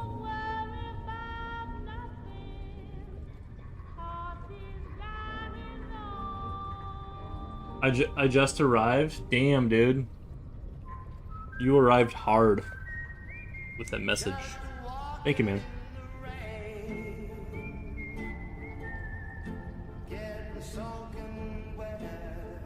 Have you played a Plague Tale Requiem? I thought about that game when you talked about Rats yesterday. I have not talked about Rats. Reminds me of Fallout music. Yeah, this is from... I guess this is like BioShock, but yeah, it does have like that. I don't even think these are from BioShock. They're just like music from 1940s overlaid with like some dolphin sounds, and it sounds like BioShock or whatever. Which is clever way to do it. I've never played... Did I talk about Rats? Did I talk about Rats? If I did mention Rats, it's because I said something like, I want there, like I said in my game, I want there to be like rooms that you want to go in. Some of them will be beneficial, right? Like if you find a laboratory with like a bunch of like rabbits and rats or whatever that people are experimenting on, that's free biomass. Like that's unprotected biomass, and that helps you grow the colony. So it's like a quick little snack to like get your colony. You know how sometimes you find resources around the map that you can have your people go pick up really quick? Like it's like that. So that's the idea there.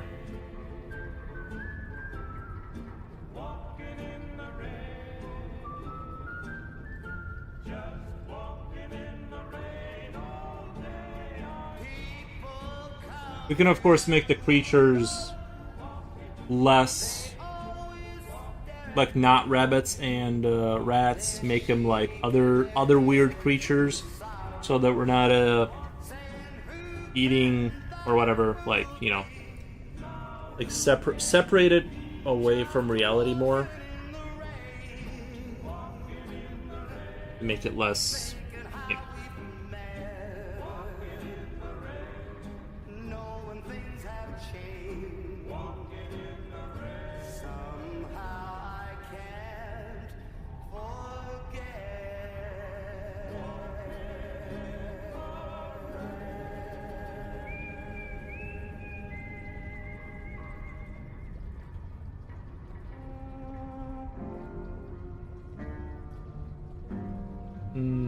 Hello there, Boros and chat. Nice.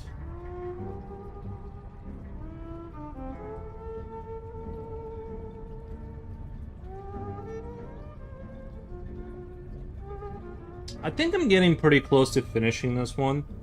It needs a little bit more, but I think we're getting to that point where I don't know what else to do to not make it worse. And that's a good time to stop working on it.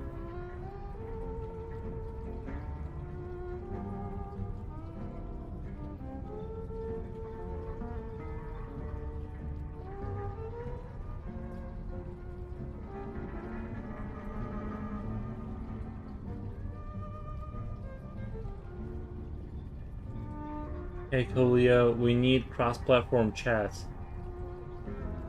The thing is, I think Coolio said I can have the YouTube chat up on screen, but so you guys can see each other. But I think Twitch doesn't like it, but I don't know that for 100%. You slept hard. Yeah, I went to bed at like 4 or 5 in the morning. Part of it because I stayed up working on the game, and I had to figure out how to make like you have this map that you build in the game, like the way Godot works. It has this tool where you build like an area, a walkable area for your creature. But let's say you want a table that your creature can't walk through. It has to be in the context of that, kind of the way that structure works. And I was trying to figure out, I was looking at tutorials all night to figure out how to put in a cutout square that the creature can't walk through in that map thing. So it was like a whole thing, but I did find a video and it was very confusing, but like we figured it out, because also I didn't want to build it in the way that would require me later to manually place everything down, like the barriers for the door pillars. I want to build an asset that I can just plop down and not have to manually like draw areas where you can't go. So that's that was why that's why I was up to like 4 and talking to people. I was chit-chatting.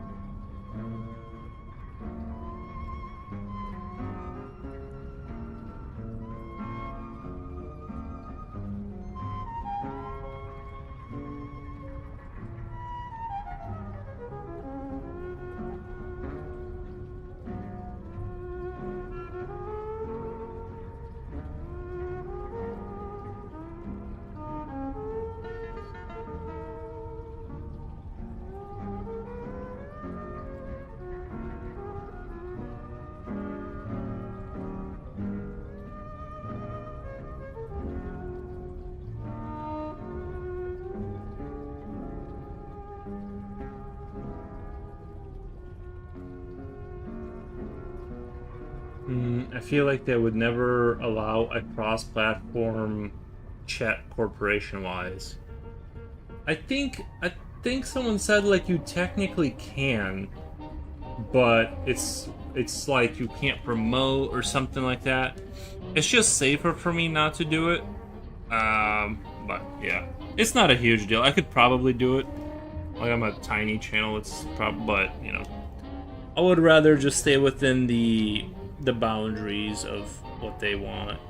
So, you know, they're setting the rules.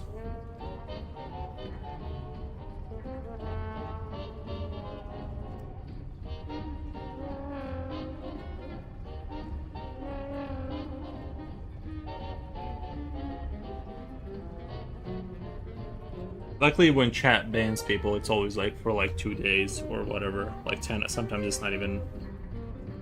Sometimes it's like just a few hours or whatever, so probably safer, yeah. Like I said, I've seen him. I've heard like when they ban people, it's always like sometimes it's not even a 1-day ban; it'll be like 12-hour ban. So it's almost more of a formality. They just want to kind of slap down the stuff they don't like, kind of thing.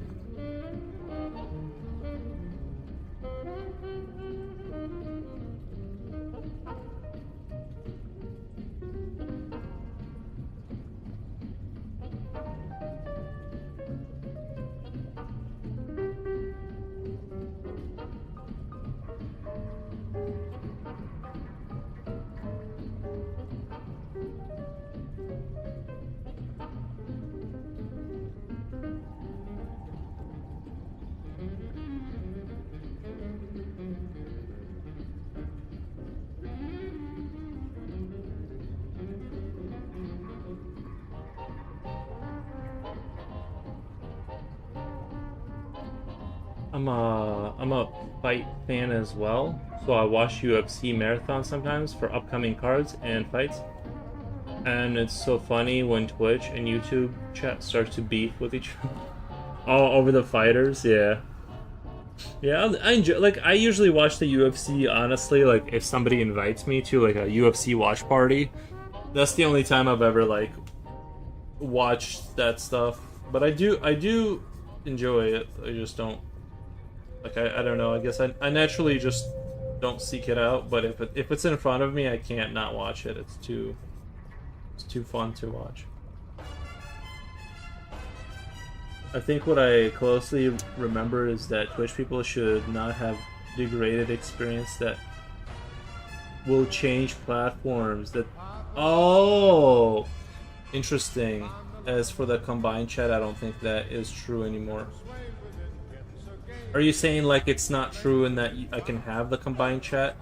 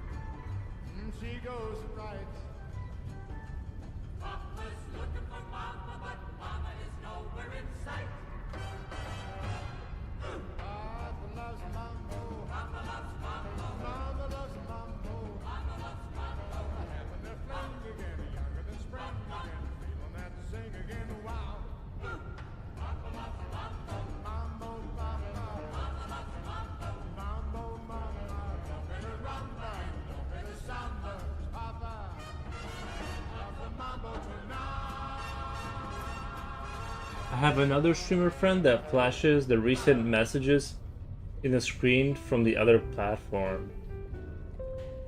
Flashes. So like they don't get caught by the Twitch people, or?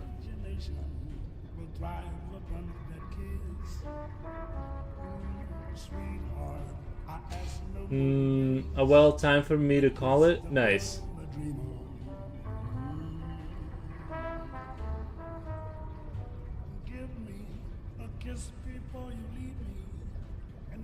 Take care, everyone. Fun to hang out, and yep, as always, thank you, discombobulated Disco Dancer. Appreciate that. Appreciate your company. One thing before we part, a kiss to build a dream on. When I'm alone with my fancies, I'll be with you, even romances make you believe they're true. Oh, give me your lips for just a moment, and my imagination will make that moment live. Just to circumvent that combined chat thing because they're combining everything. Okay. I'll probably just have them separate, like YouTube and Twitch should just have them like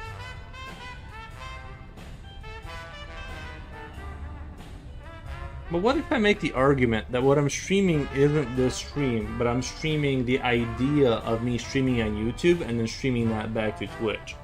Does that make sense? Like, I'm selling sort of the concept that it's not a stream with two chats. It's a YouTube. If you're watching a stream of a YouTube stream, it happens to have a Twitch stream because it's also being streamed to Twitch. Would that bypass their legal infrastructure? I wonder. When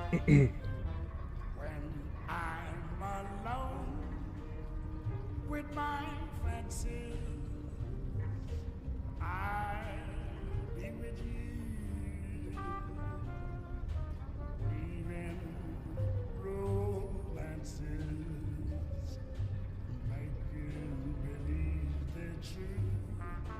Oh, give me lips for just a moment, and my imagination will make that moment live.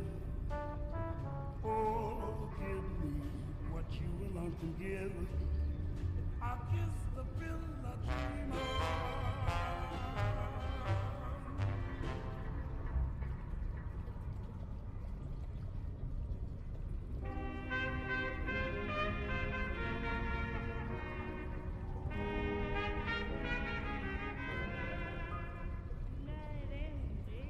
You can have two chats. You're saying I can't have? Okay.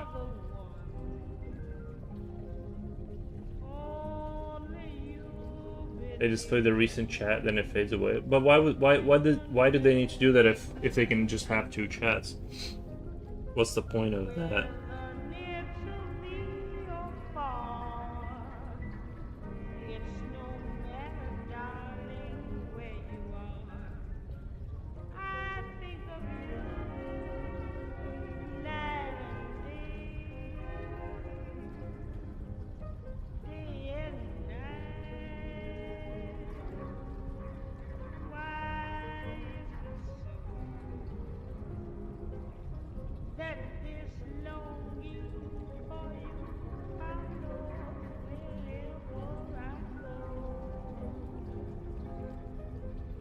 In the roaring traffic's boom, in the silence of my lonely room, I think of you night and day. Night and day, under the hide of me,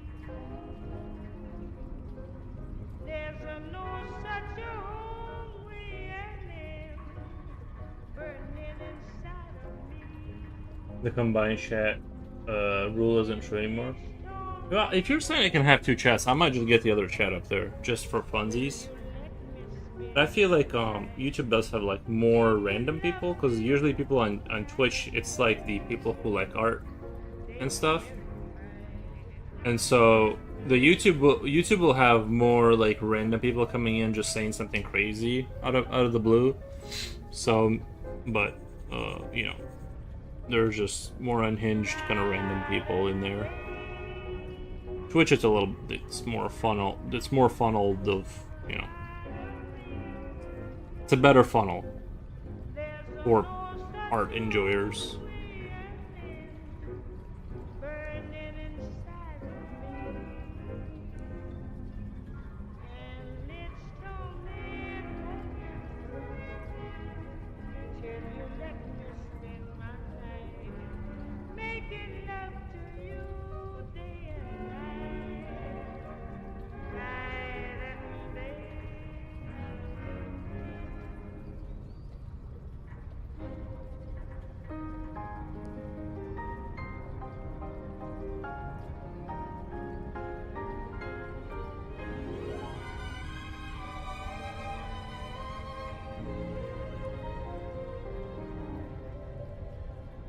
They try to tell us we're too young to really be. Seems like no matter how dark I make these clouds, I have a hard time They say that making them dark enough. love's the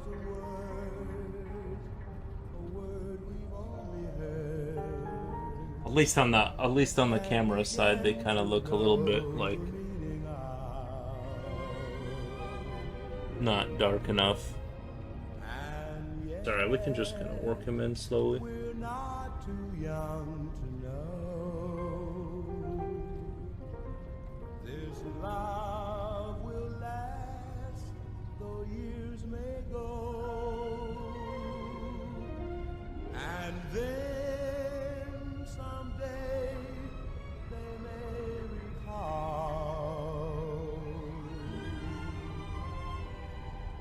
we were not too young at all.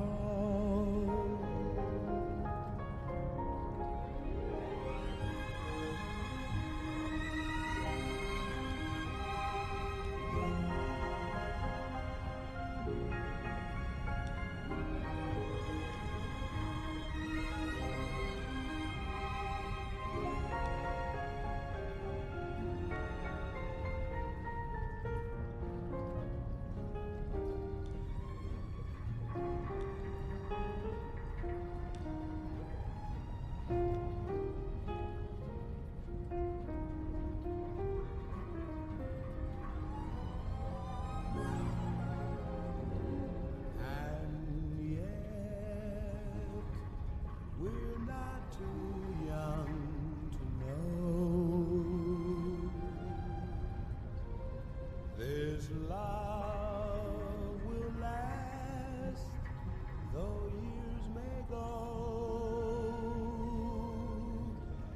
and then someday they may recall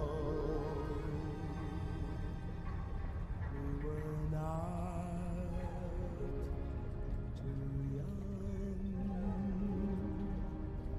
at all.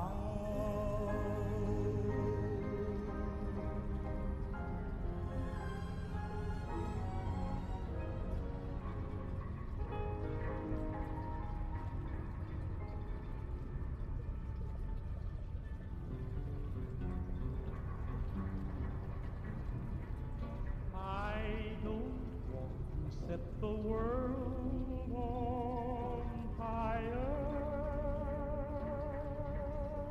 I just want to start a flame in your heart.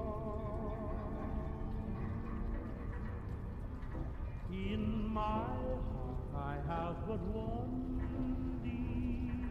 desire,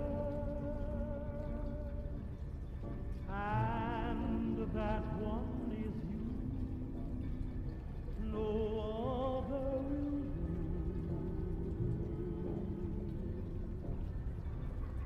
I've lost all ambition for worldly acclaim.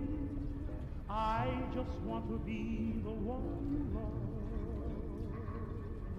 And with your admission that you feel the same, I'll have reached the goal line dreaming of. Believe me, I don't want to set the world on fire. I just want to start a flame in your heart.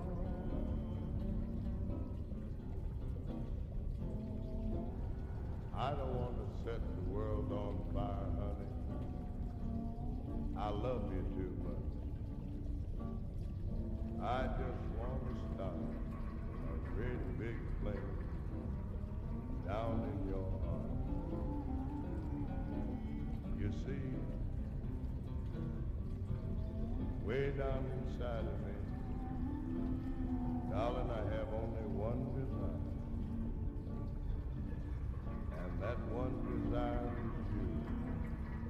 And I know nobody else ain't gonna do it. I've lost all ambition for worldly acclaim. I just want to be the one you love. And with your ambition that you feel the same. I'll have reached the goal I'm dreaming of. Believe me, I don't want to set the world on fire.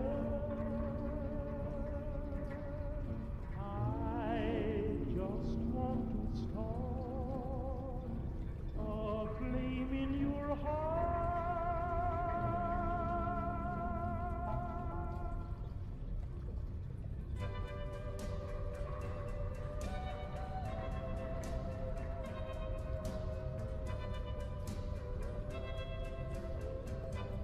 Put your head on my shoulder.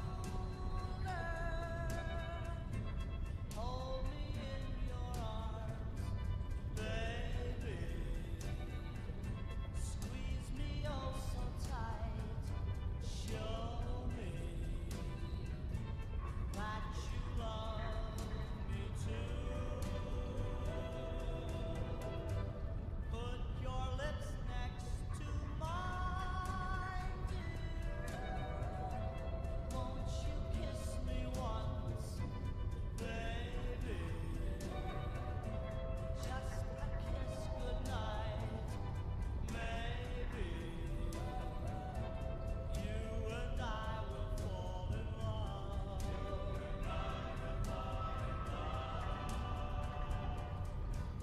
People say that love's a game you just can't win. If there's a way, I'll find it someday, and then this will rush in. Put your head on my shoulder, whisper in my ear, baby, words I want to hear. Tell me that you love me too. Put your head on my shoulder. I don't think I want the clouds to be darker than the wings because I kind of still want to maintain that that's further away kind of look, and I think I'm about maxed out on how dark I can make that before it starts to get silly.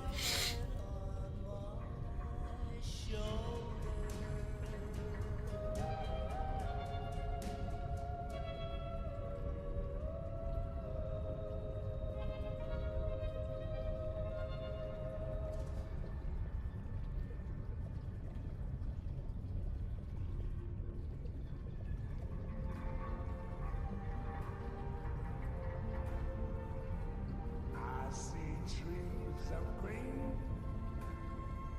red roses too. I see them bloom for me and you, and I think to myself, what a wonderful world.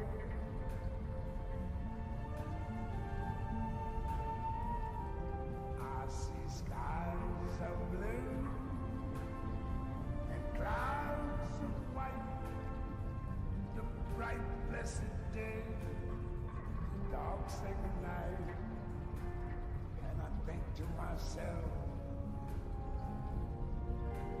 what a wonderful world.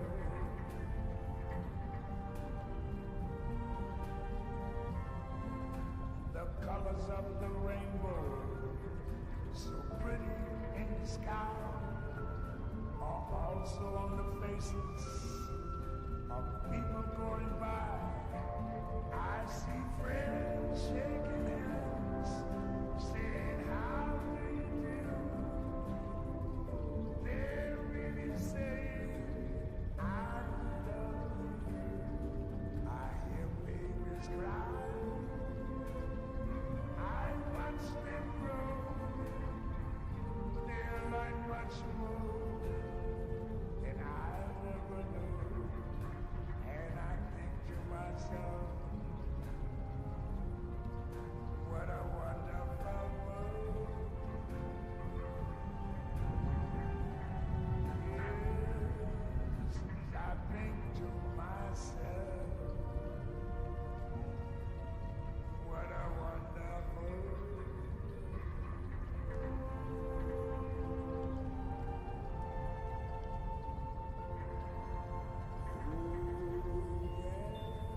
Might test the airbrush today. Nice, Coolio. Very nice.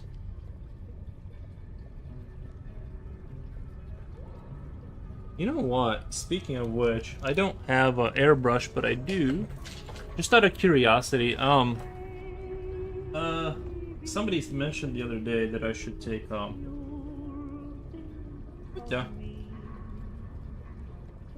Should take a brushy brush, and then use acrylic. I might have to use some vinegar because I kind of let it dry here, but I was thinking of like doing a little black and then, just seeing like what a tiny trace amount of like paint on top of this will do. I know this is not paper, like this isn't like the greatest paper for but thank you for the follow. It's not the best paper for painting on, but if I paint it like I'm painting my miniature models, think it'll be chill. But I'm just gonna if I warp the paper a little bit, it's fine. Like I'm gonna be super chill about it. I gotta find like the you know what? Let me do this. Let me get some model Vallejo white, and then we're gonna use that to reinforce some of the highlights on here. The paper will get so I'm gonna do it like I'm gonna paint it like just like the miniature models, just minuscule paint, like just tiny little strokes. And if I see that it's going bad, I'll stop. Maybe I'll kind of do the sky up there, you know what I mean? That reinforce that line going over there. Just I know I'm playing with fire. I know I'm playing with fire, but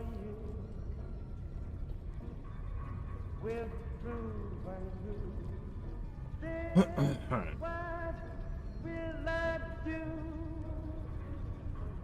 You know what?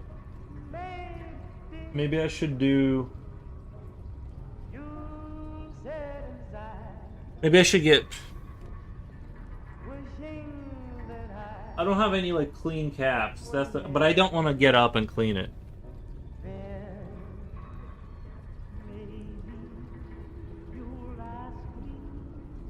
There's like a dog hair in there. Can you at least take a scan? No, Julio, we're not. Sorry, Kula Yellow. I actually didn't realize this entire time I was saying your name wrong. For like a year straight. It's Kula Yellow. No. No, we're gonna be barbaric about it. We'll be alright.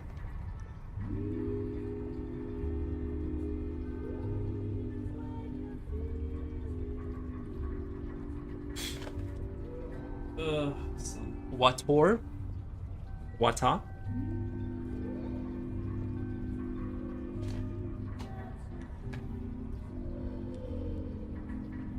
Give it a little give it a little mix.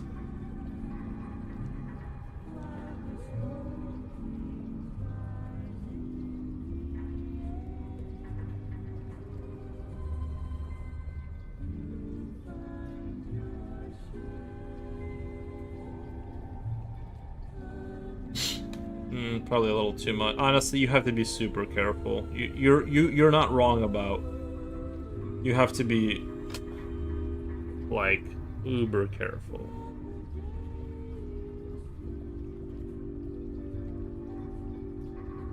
But it's doable.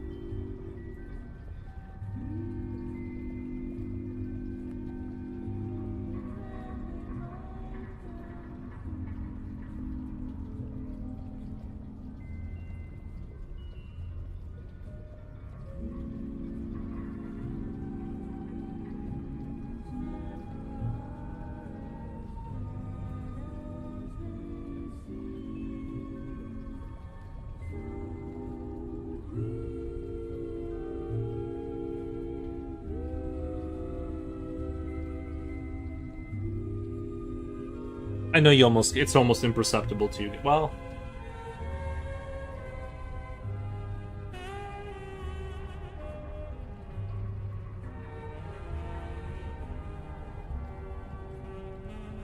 I was almost also thinking about, at first it sounded like a good idea, having like a spike here, but then like I'm thinking about it, it's like, why would there be a spike there? Oh, what the? Easy to hurt yourself. You know?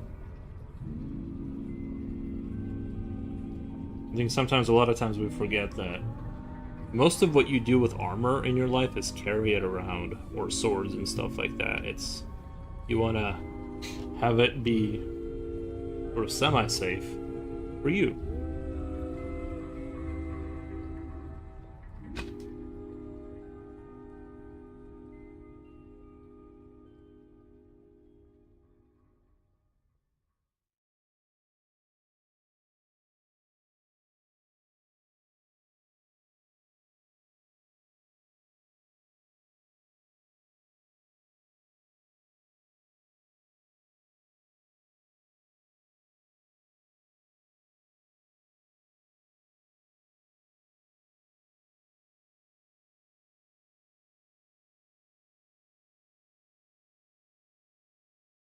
Are those wall structures just weird land structures?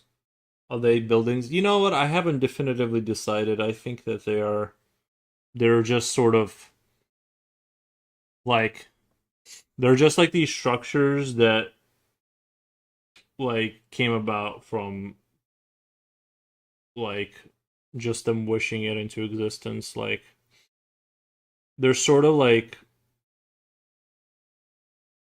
the landscape itself has like changed to look evil from the fact that these things live there. I don't know. I haven't really I wanted like a monolithic kind of thing going on. Like they go all the way to the sky, and that was the idea. As for, I haven't I think we can say that they are at least in part influenced to be that way though. Like they are not just the ground, like natural ground. They are sort of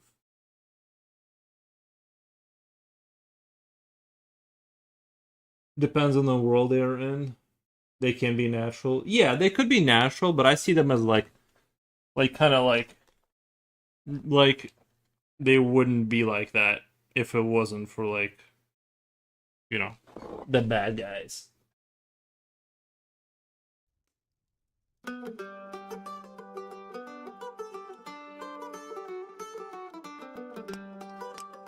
Just like the floating islands that wouldn't exist IRL. Yeah, though I have no way of justifying the floating islands except that, you know, I was thinking that the idea for like that game, it would be kind of cool. Like you could say the floating islands exist because of material whatever. Insert variable, right? And then the islands could be floating because like those rocks are embedded into the earth and they floated up, right? But it's also the same material that lets you offset the weight of your like sort of world ship, and that's why you can justify having like a concrete giant building with thrusters. Like even for that to be feasible at all, you mine the very rare sort of rocks that are anti-gravity rocks, and ooh, that's a lot of paint. We don't want that. That's a lot of paint right there. Ooh. So the anti-gravity material is why the world is all messed up, and that's what you use to offset the weight of your ship. And so that I want it to be like industrial and wooden and whatever, and look kind of like heavy duty with people on it. I don't need it to like make sense strictly speaking. And so the reason the islands are floating is because of that. And the reason you're going to be floating is because of that. That's going to be the lore for it.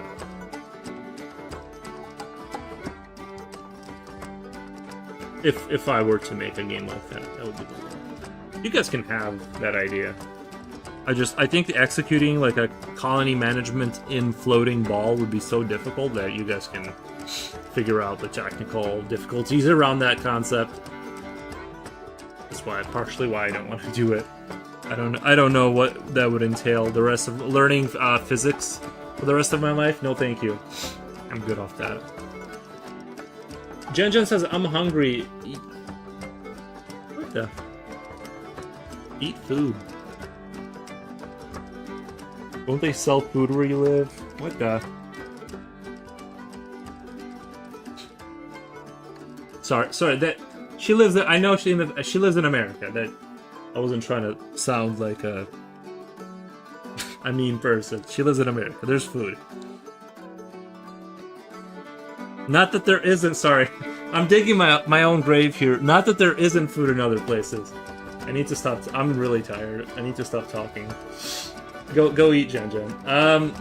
Just like the Dragon Ball Z, you can't seem to explain those long pillars of land. Right. Don't explain further. Yeah, I need to just stop talking. I was trying to make it funny, and then it like went down like not good. But that is where the characters get yeeted just to have something to break in the environment. Right. Yeah, it's like that basically. Like the nice places look like Hobbitvilles, and the evil places have monolithic towers. Panda Express, digging your own grave, yeah.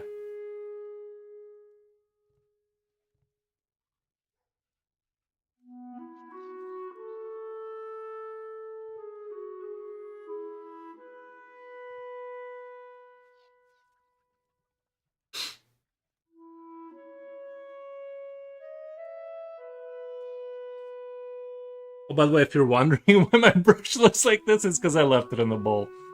Are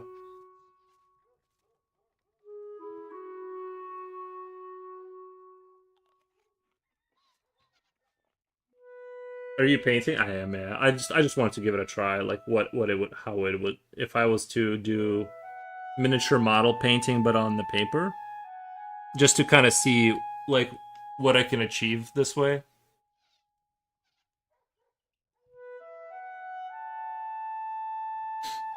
Actually, I need a little more water. It's a little too.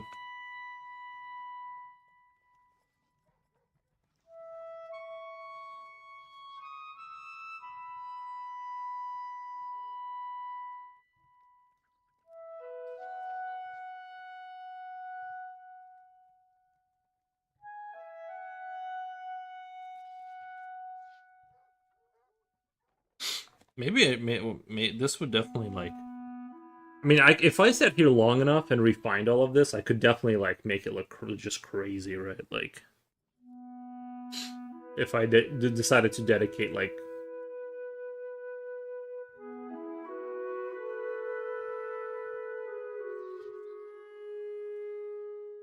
just like months and months to a piece, then yeah, I could just.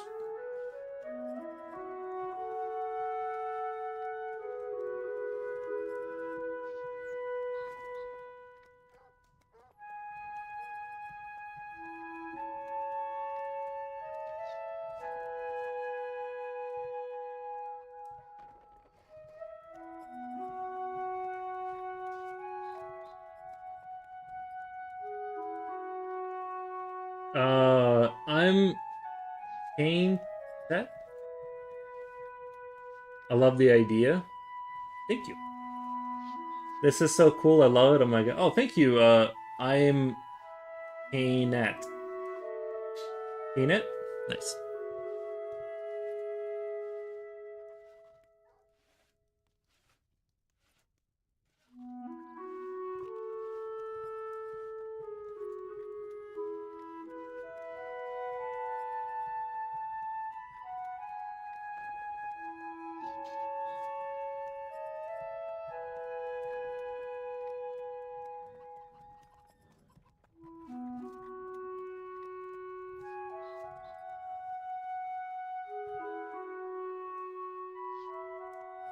I just gotta be super duper careful because it's like the paper will warp if I get even a little bit more zealous than I am now. It will just warp into oblivion.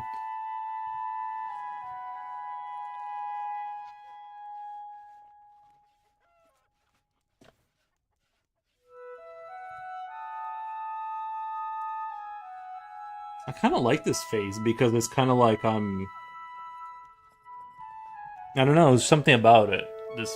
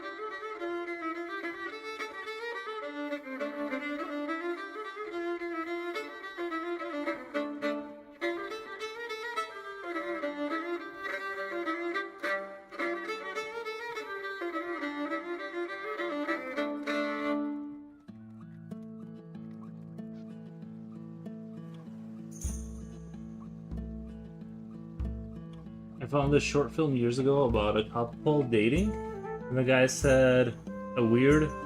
That's an interesting take. No one's ever made movies about that. No, I'm just kidding. The guy said a weird racist joke that the girl called the day quits, and then outside a guy of a certain minority approaches her, and he first response is, "I don't have money." Suddenly the guy appears and asks about it, and turns out that the guy is just trying to ask a question. So in the end, the girl is just judgmental and thinks highly of herself, but it's rotten at its core, while the guy is a good person. But did a fox pass that irritated girl? Gotcha. So the lesson is don't assume too much. Nice. And we all make mistakes.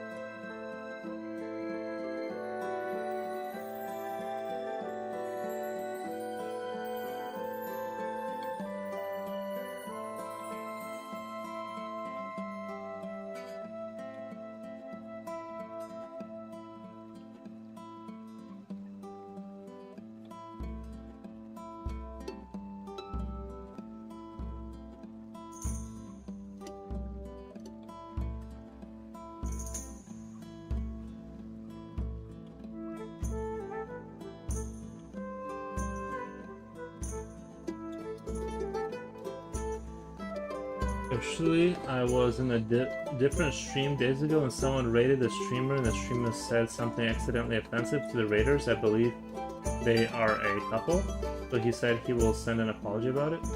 Oh wow.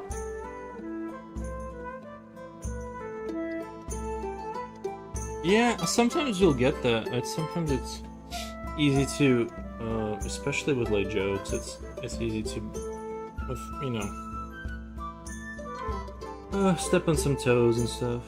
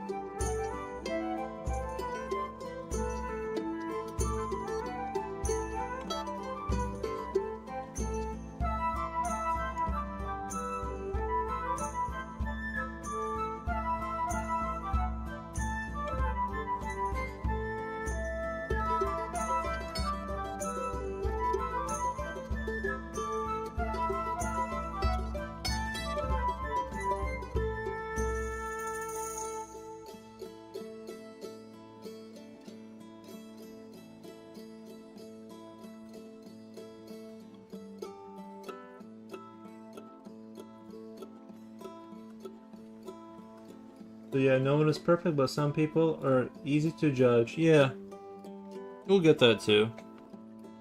It'll happen.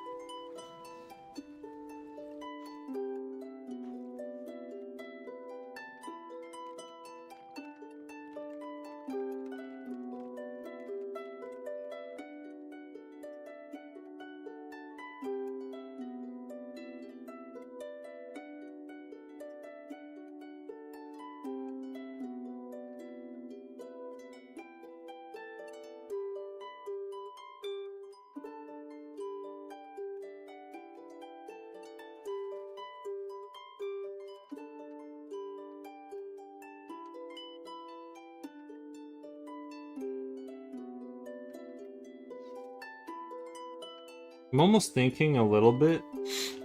I'm almost a little bit thinking of like adding just a hint of color. Just a tiny hit. Like you know what I mean?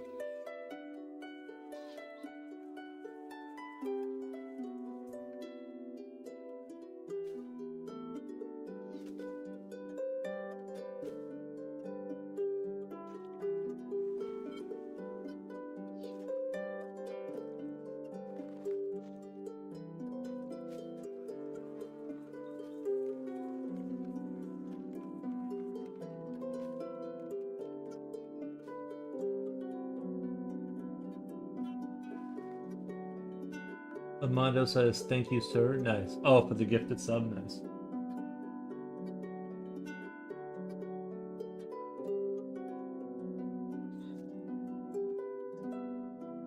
Oh, that was a lot of black. I didn't mean to go quite as hard as I just did.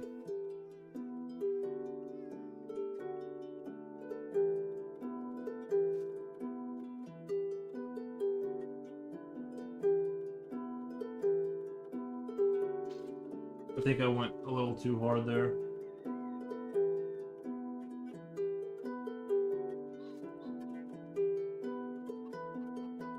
I'm just experimenting right now. I think I'm pretty much like push this picture as far as I can go. I'm just sort of curious about what if I did start like very carefully painting stuff. Ooh, that's dark. I didn't realize that would be. Oh, that might be because of the water too. It may not be that dark. It might be just because of the water.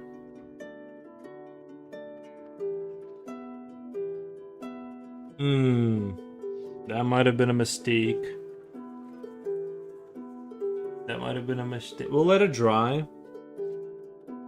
and see what it looks like. I might need a lot more water than that, than what I have now, because that was crazy dark. Like right here, that would have been appropriate. I just didn't realize how bad it was gonna be. Like somewhere where it's really dark.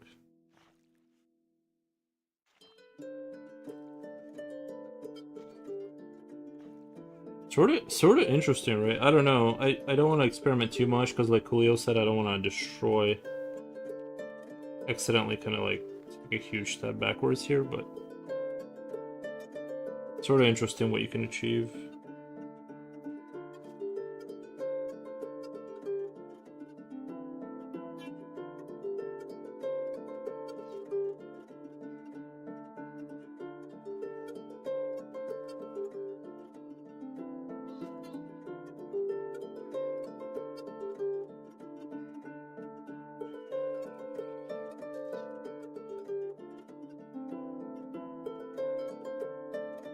I just didn't think that would be so dark. Like, I'm just surprised at how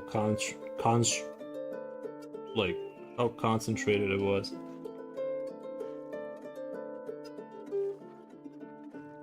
I thought it would maybe settle down once it got dry, but it's still dark.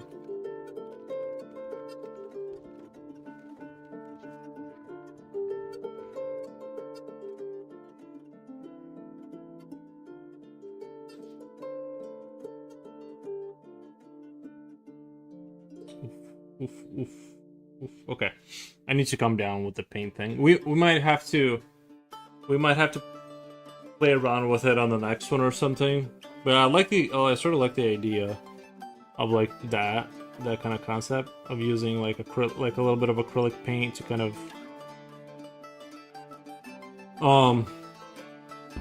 play around. My only concern is right now I don't know how. No Panda Express, by the way. I decided to grill bacon wrap barbecue chicken skewers. That sounds fancy. You're not gonna bring me any? It doesn't look dark though. Not to me at least.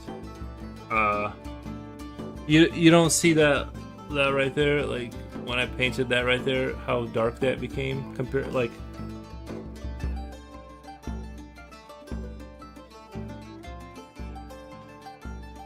what the?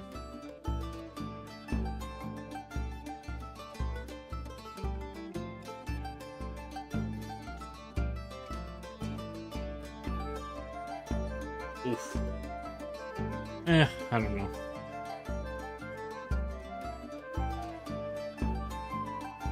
But the accents are good. At least it turned out good, yeah.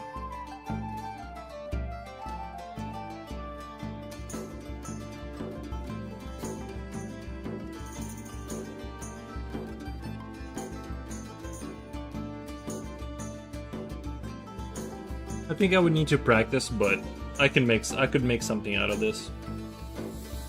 I definitely need like some hours on it though, like doing this, kind of using paint to kind of touch things up and kind of give it that extra whatever look, you know?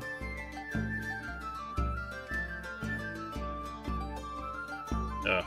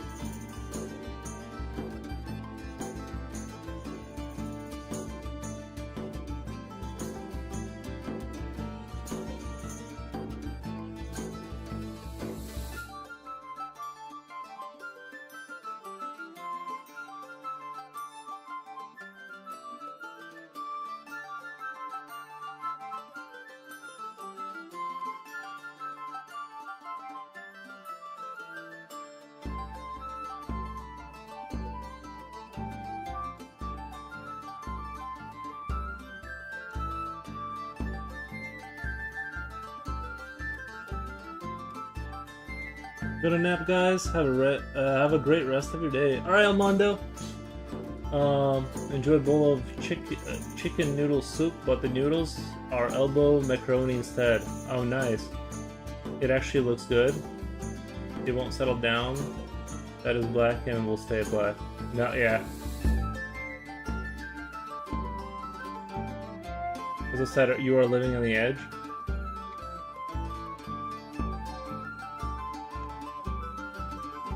Yeah, in terms of what I'm doing, like I'm kind of risking it.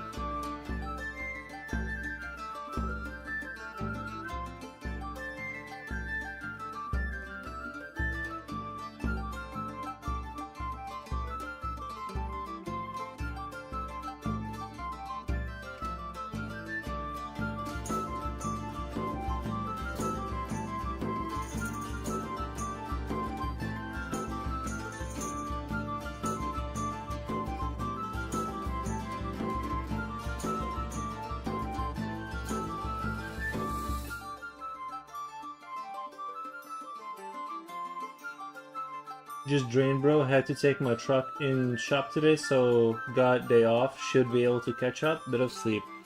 Nice, man. Yeah, you catch up on your rest.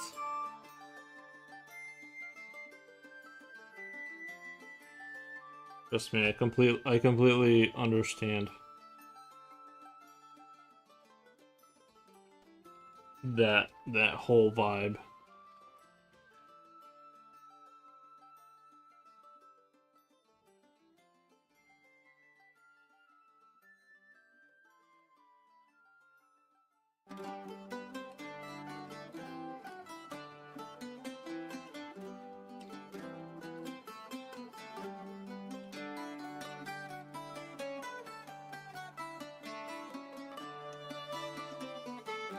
I think we're onto something though with the paint, right? Like I think we're kind of like getting like it's a little bit of a slow process, but you can kind of like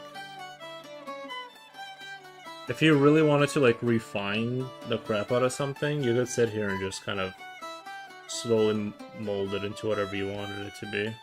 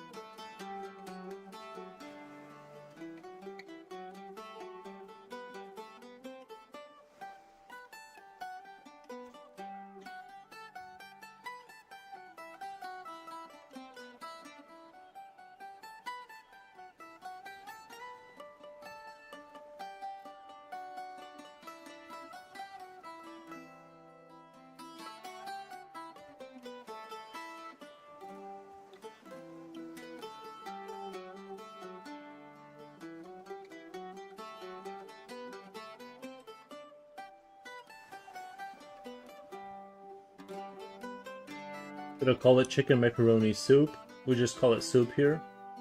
Or sopas in my language. Do you have a donate link? Do I? No. Nope. I appreciate the thought.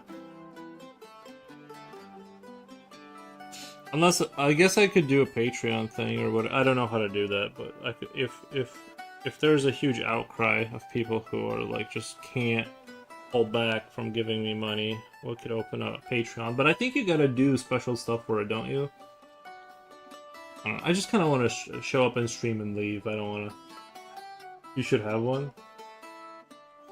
Yeah. I don't know. Like I'm for it, but like I'm on your side. I think you're right. Like I should have one, but I just want to like show up, stream, and leave, kind of. Like I'm happy that Twitch pays for my internet bill, which is like 60. I gotta make $60. I gotta grind out $60 a month, and we're all good. It's like I'm using the internet to pay for the internet. For Patreon, I think you need to do at least a monthly pack. Yeah. Is there a? But what's the buy me a coffee or whatever? There's that one. That one is literally just e-bagging, which I'm not above. I'll e-bag for sure, 100%.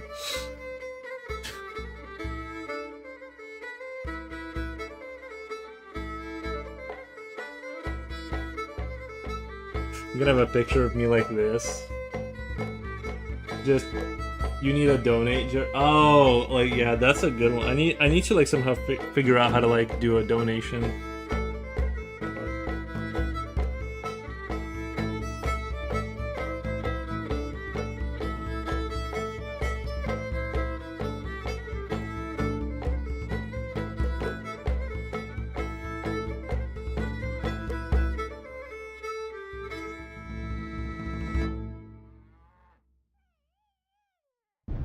I'm really liking, even though. Oh, oops, sorry. Am I a little? Were we a little not? Not okay. I am. Honestly, like I'm really enjoying the painting this guy and kind of like working out the details on it. Like I actually kind of really enjoying it. It's a really lengthy process, and I feel like I would have to do it on my opus magnum, like where it like would make sense to like. Kind of like go all out like this and just sit here and microscopically like add details, you know. Oh, I think that's.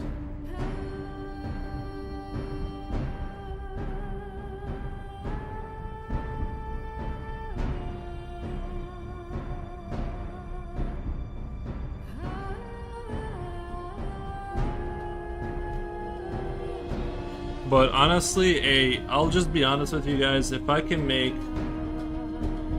I think like a really good day for me is like $4.50, which is about how much a McDonald's hot fudge sundae cost.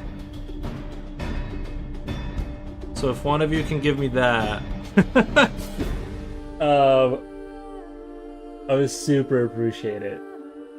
Can do Vimo during streaming, do that? Can do Venmo? I don't know what that is, Venmo.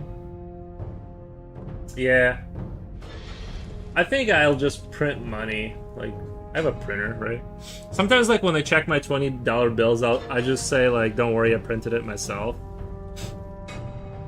They usually get the joke. Hi, Monarch Orosus, Sovereign of the Pigmented Dynasty, Grand Calligrapher of the Interconnected Fresco, Minister of Living Canvas. Nice. I feel like that's ChatGPT. That sounds like a ChatGPT comment. How does YouTube distribute super chats? Oh yeah, honestly, I almost feel bad. You guys should not donate on there, just because they take like so much of it that it's like. I was gonna say, I'm like, I didn't want to say, but I was gonna say, like, don't donate to me, like, really, because, like, the amount they take is, like... like, you could give me $1 in real life, and I would get, like, more than if you gave me, like, $2.50. They just take, like, a lot. I don't know. It's whatever. You guys do what you want. I'm just... I'm horrified at how much of it they take. I told you can make donate link or something. Yeah. It's whatever. It's not a big deal. Like I said, I get the little AdSense money and I'm happy with it. Like, get myself an ice cream. You do not say that joke, Cole. You do not say that joke. What joke did I say? It distributes it to, first, Google takes a lot of it, and then the government takes some, and then I get a little bit. That's how they distribute it.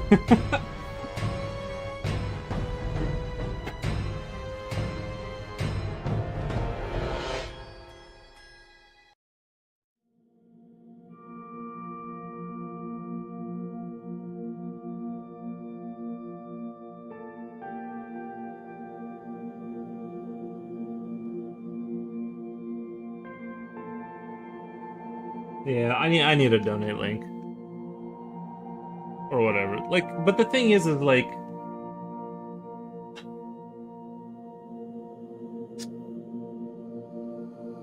Do I need a donate link?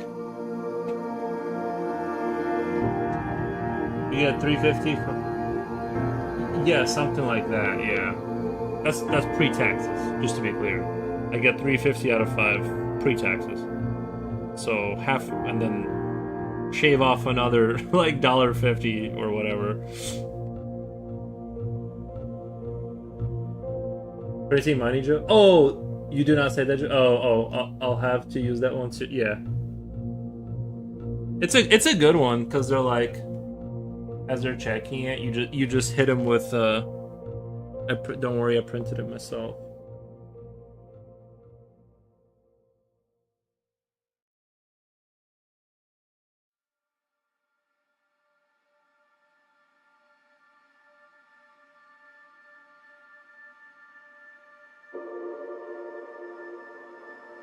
And then you put your hand on the counter, you lean in, and you say, "Don't be a hero."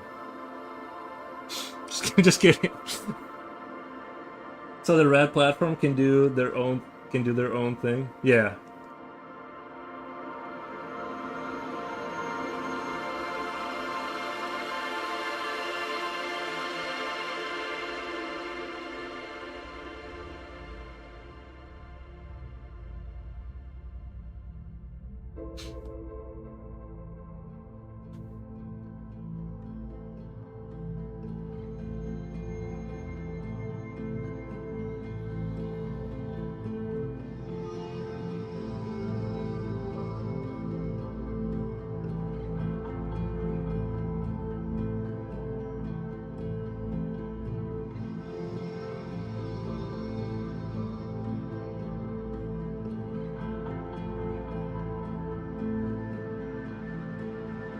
That sucks.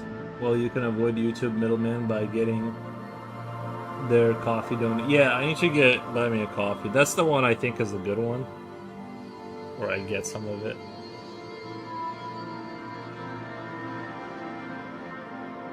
I think like also the crypto one is a good one, but I think that the issue is like actually like not that many people are into crypto. Like they actually like, it's like if you're in that universe it works, but like normal people, they're like, every time I've asked a normal person about it, they're like, I don't know, man, but I don't know.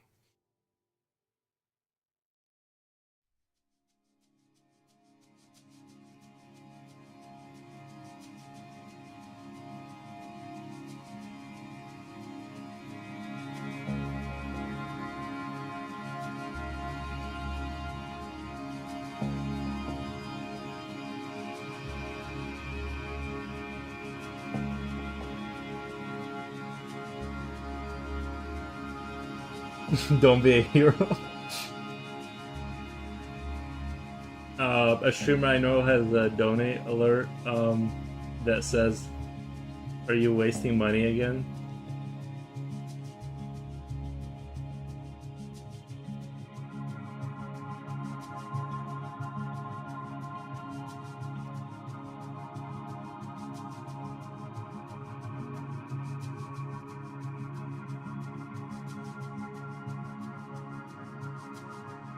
Too much brain work? It's not. It's like, it's alright. It's like, I think the thing is that the scary thing is like you have like this wallet that like like I'm just think about how when you see an account that you haven't been on for a while and you go to type in your password and it like never works. And you go to Google, you go make a new whatever, I forgot password, then it takes you to your email and it sends you a link to like do the verification, right? But imagine, thank you for the follow, but imagine if you didn't have that option. Like you're going to get a wallet, you're going to put money on it, you're going to experiment with like Coinbase and send some money back and forth. You're going to verify that it works or whatever. Then you're going to put the little piece of paper or whatever, your little crypto USB thing, I don't even know, right? And then you put it away, and in 6 months when you go back, you're going to realize, you're going to type that password in, it's going to be like, oh, sorry, you have 2 more tries, and you're going to start sweating, thinking like, did I capitalize the whatever? And was the 1 an L or an I, like, right? So you're going to try that, and you're going to get your account locked out of your private wallet that's super secure. That's going to be the story of most people that like go down that road. That's why it like sucks, because it's like you have to be like that guy to like make it work. Anyway, whatever. It's whatever. Crypto's super cool. I'm super, like, I'm a super believer. It's just that like, it's just that I haven't really seen it go to like the normal people yet. Like they just don't, and it's fine. I'm not even like whatever. It's like I get it. I also was into crypto and then I ended up like just not. I'm like, it's just so much easier to use money. Like, you know. And I feel like sometimes when I would bring it up, like let's say like I was selling or buying something and I would buy crypto, they almost like, you almost can see in their eyes they feel like you're trying to pull some scam on them, and they're like, whoa, like I don't know, man, like do you have money? Like just because they don't know, they don't want to know. It'll become a thing when I'm not sure, honestly. But the issue is it's kind of trying to solve like a problem that doesn't exist. Because like, yeah, it's all like super cool, but you end up going to Coinbase to like really use it or something, which is a platform that keeps your wallets on there. So if they were to lock you out, you would lose everything. So it's kind of like the same thing as a bank. And the dream of what it's trying to solve is already solved with modern banking. Like if I want to send you money, I can just send you money through PayPal. Like all the mechanisms that crypto's trying to fix is already there.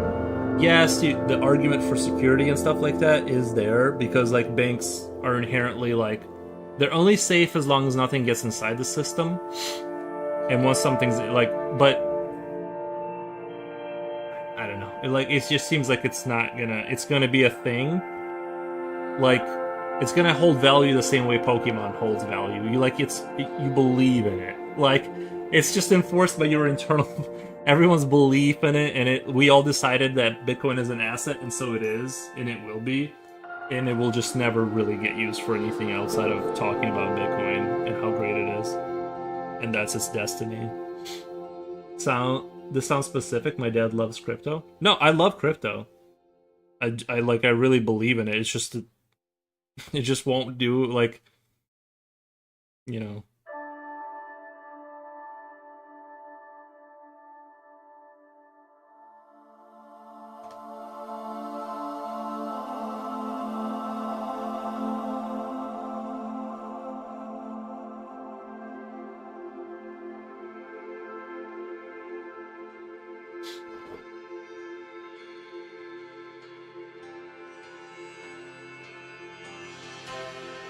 You believe in it? Yeah, the belief is what makes it real.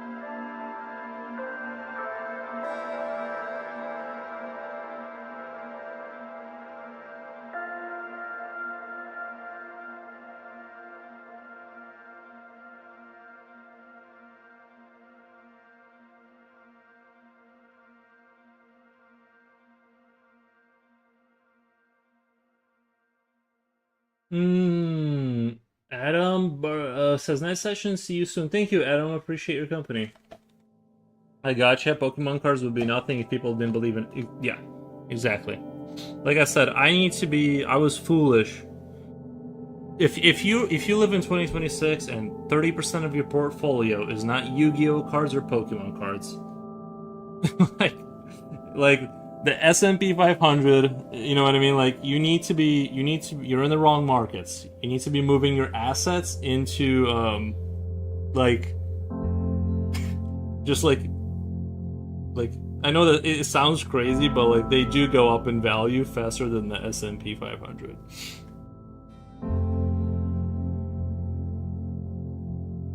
Ooh, I might have gone a little too heavy on that last one.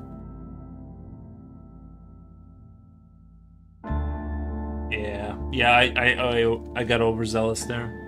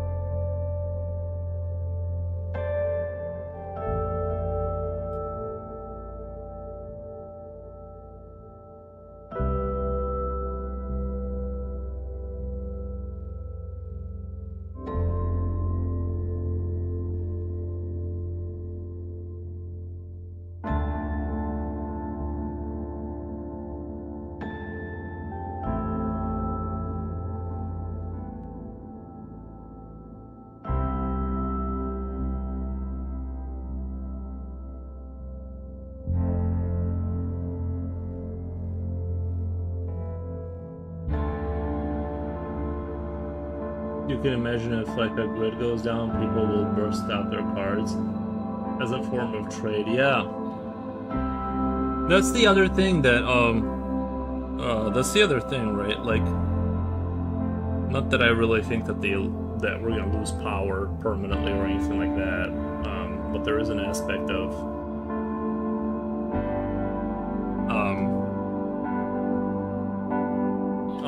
that, something to think about. That currency, that if everything is digital, then like what if a system does go down, right? Like what do you do?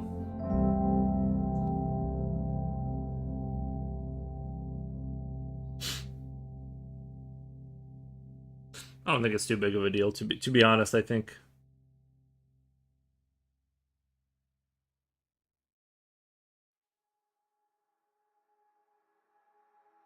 things are.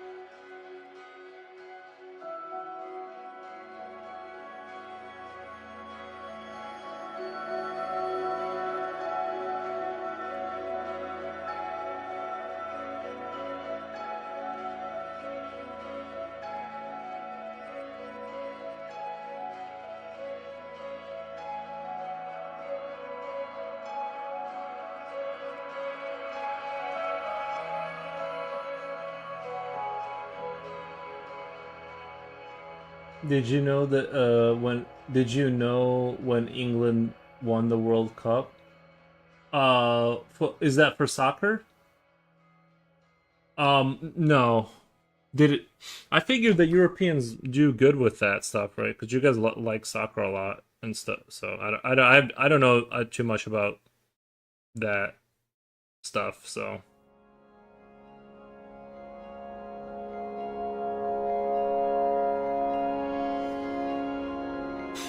Did you guys win it? The year? Can I guess?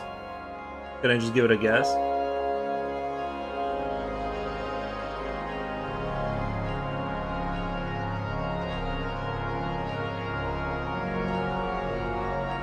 I was gonna say 1996. I really was.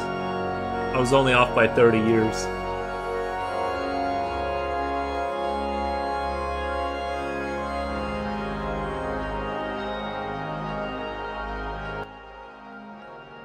Sorry, the music was getting. You like soccer?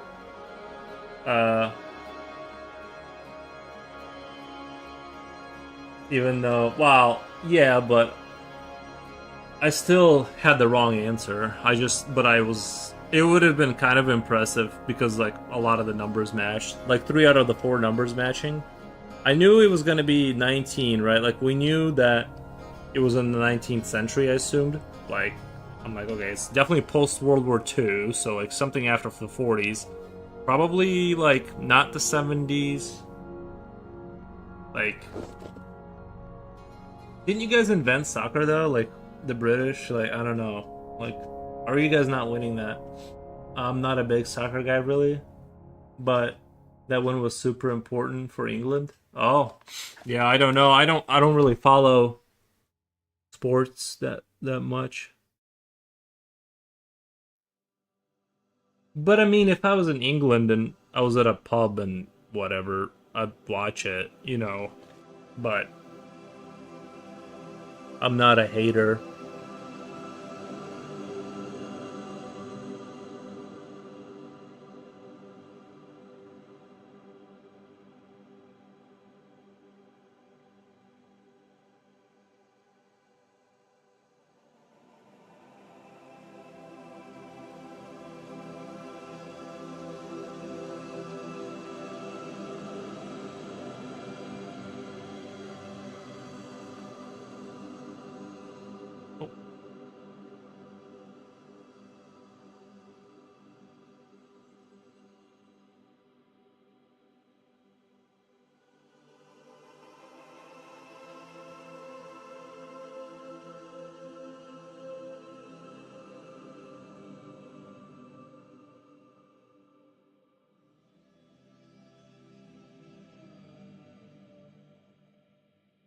I'm excited. I'm excited Mexico got qualified. They pulled out their Pikachu of goalies. Mexico got qualified. The 1900s were the 20th century. We're in the 21st century now. Nice. Yeah, I always get thrown off by that. Because, like, if you're in the 1900s, so you're going through the 20th century, right? And now we're in the 21st.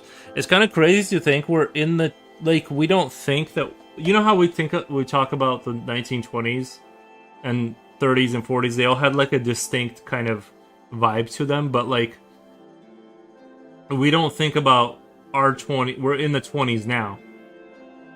Like, we're in the late 20s of the 21st century. It's kind of weird to think about it that way.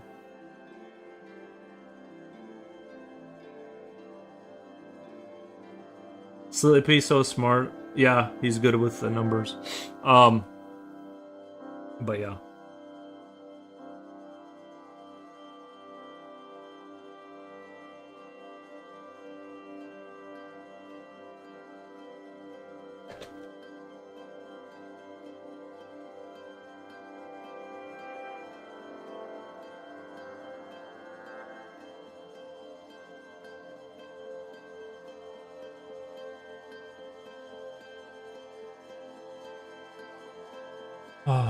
Where am I at? 4 hours and 20 minutes.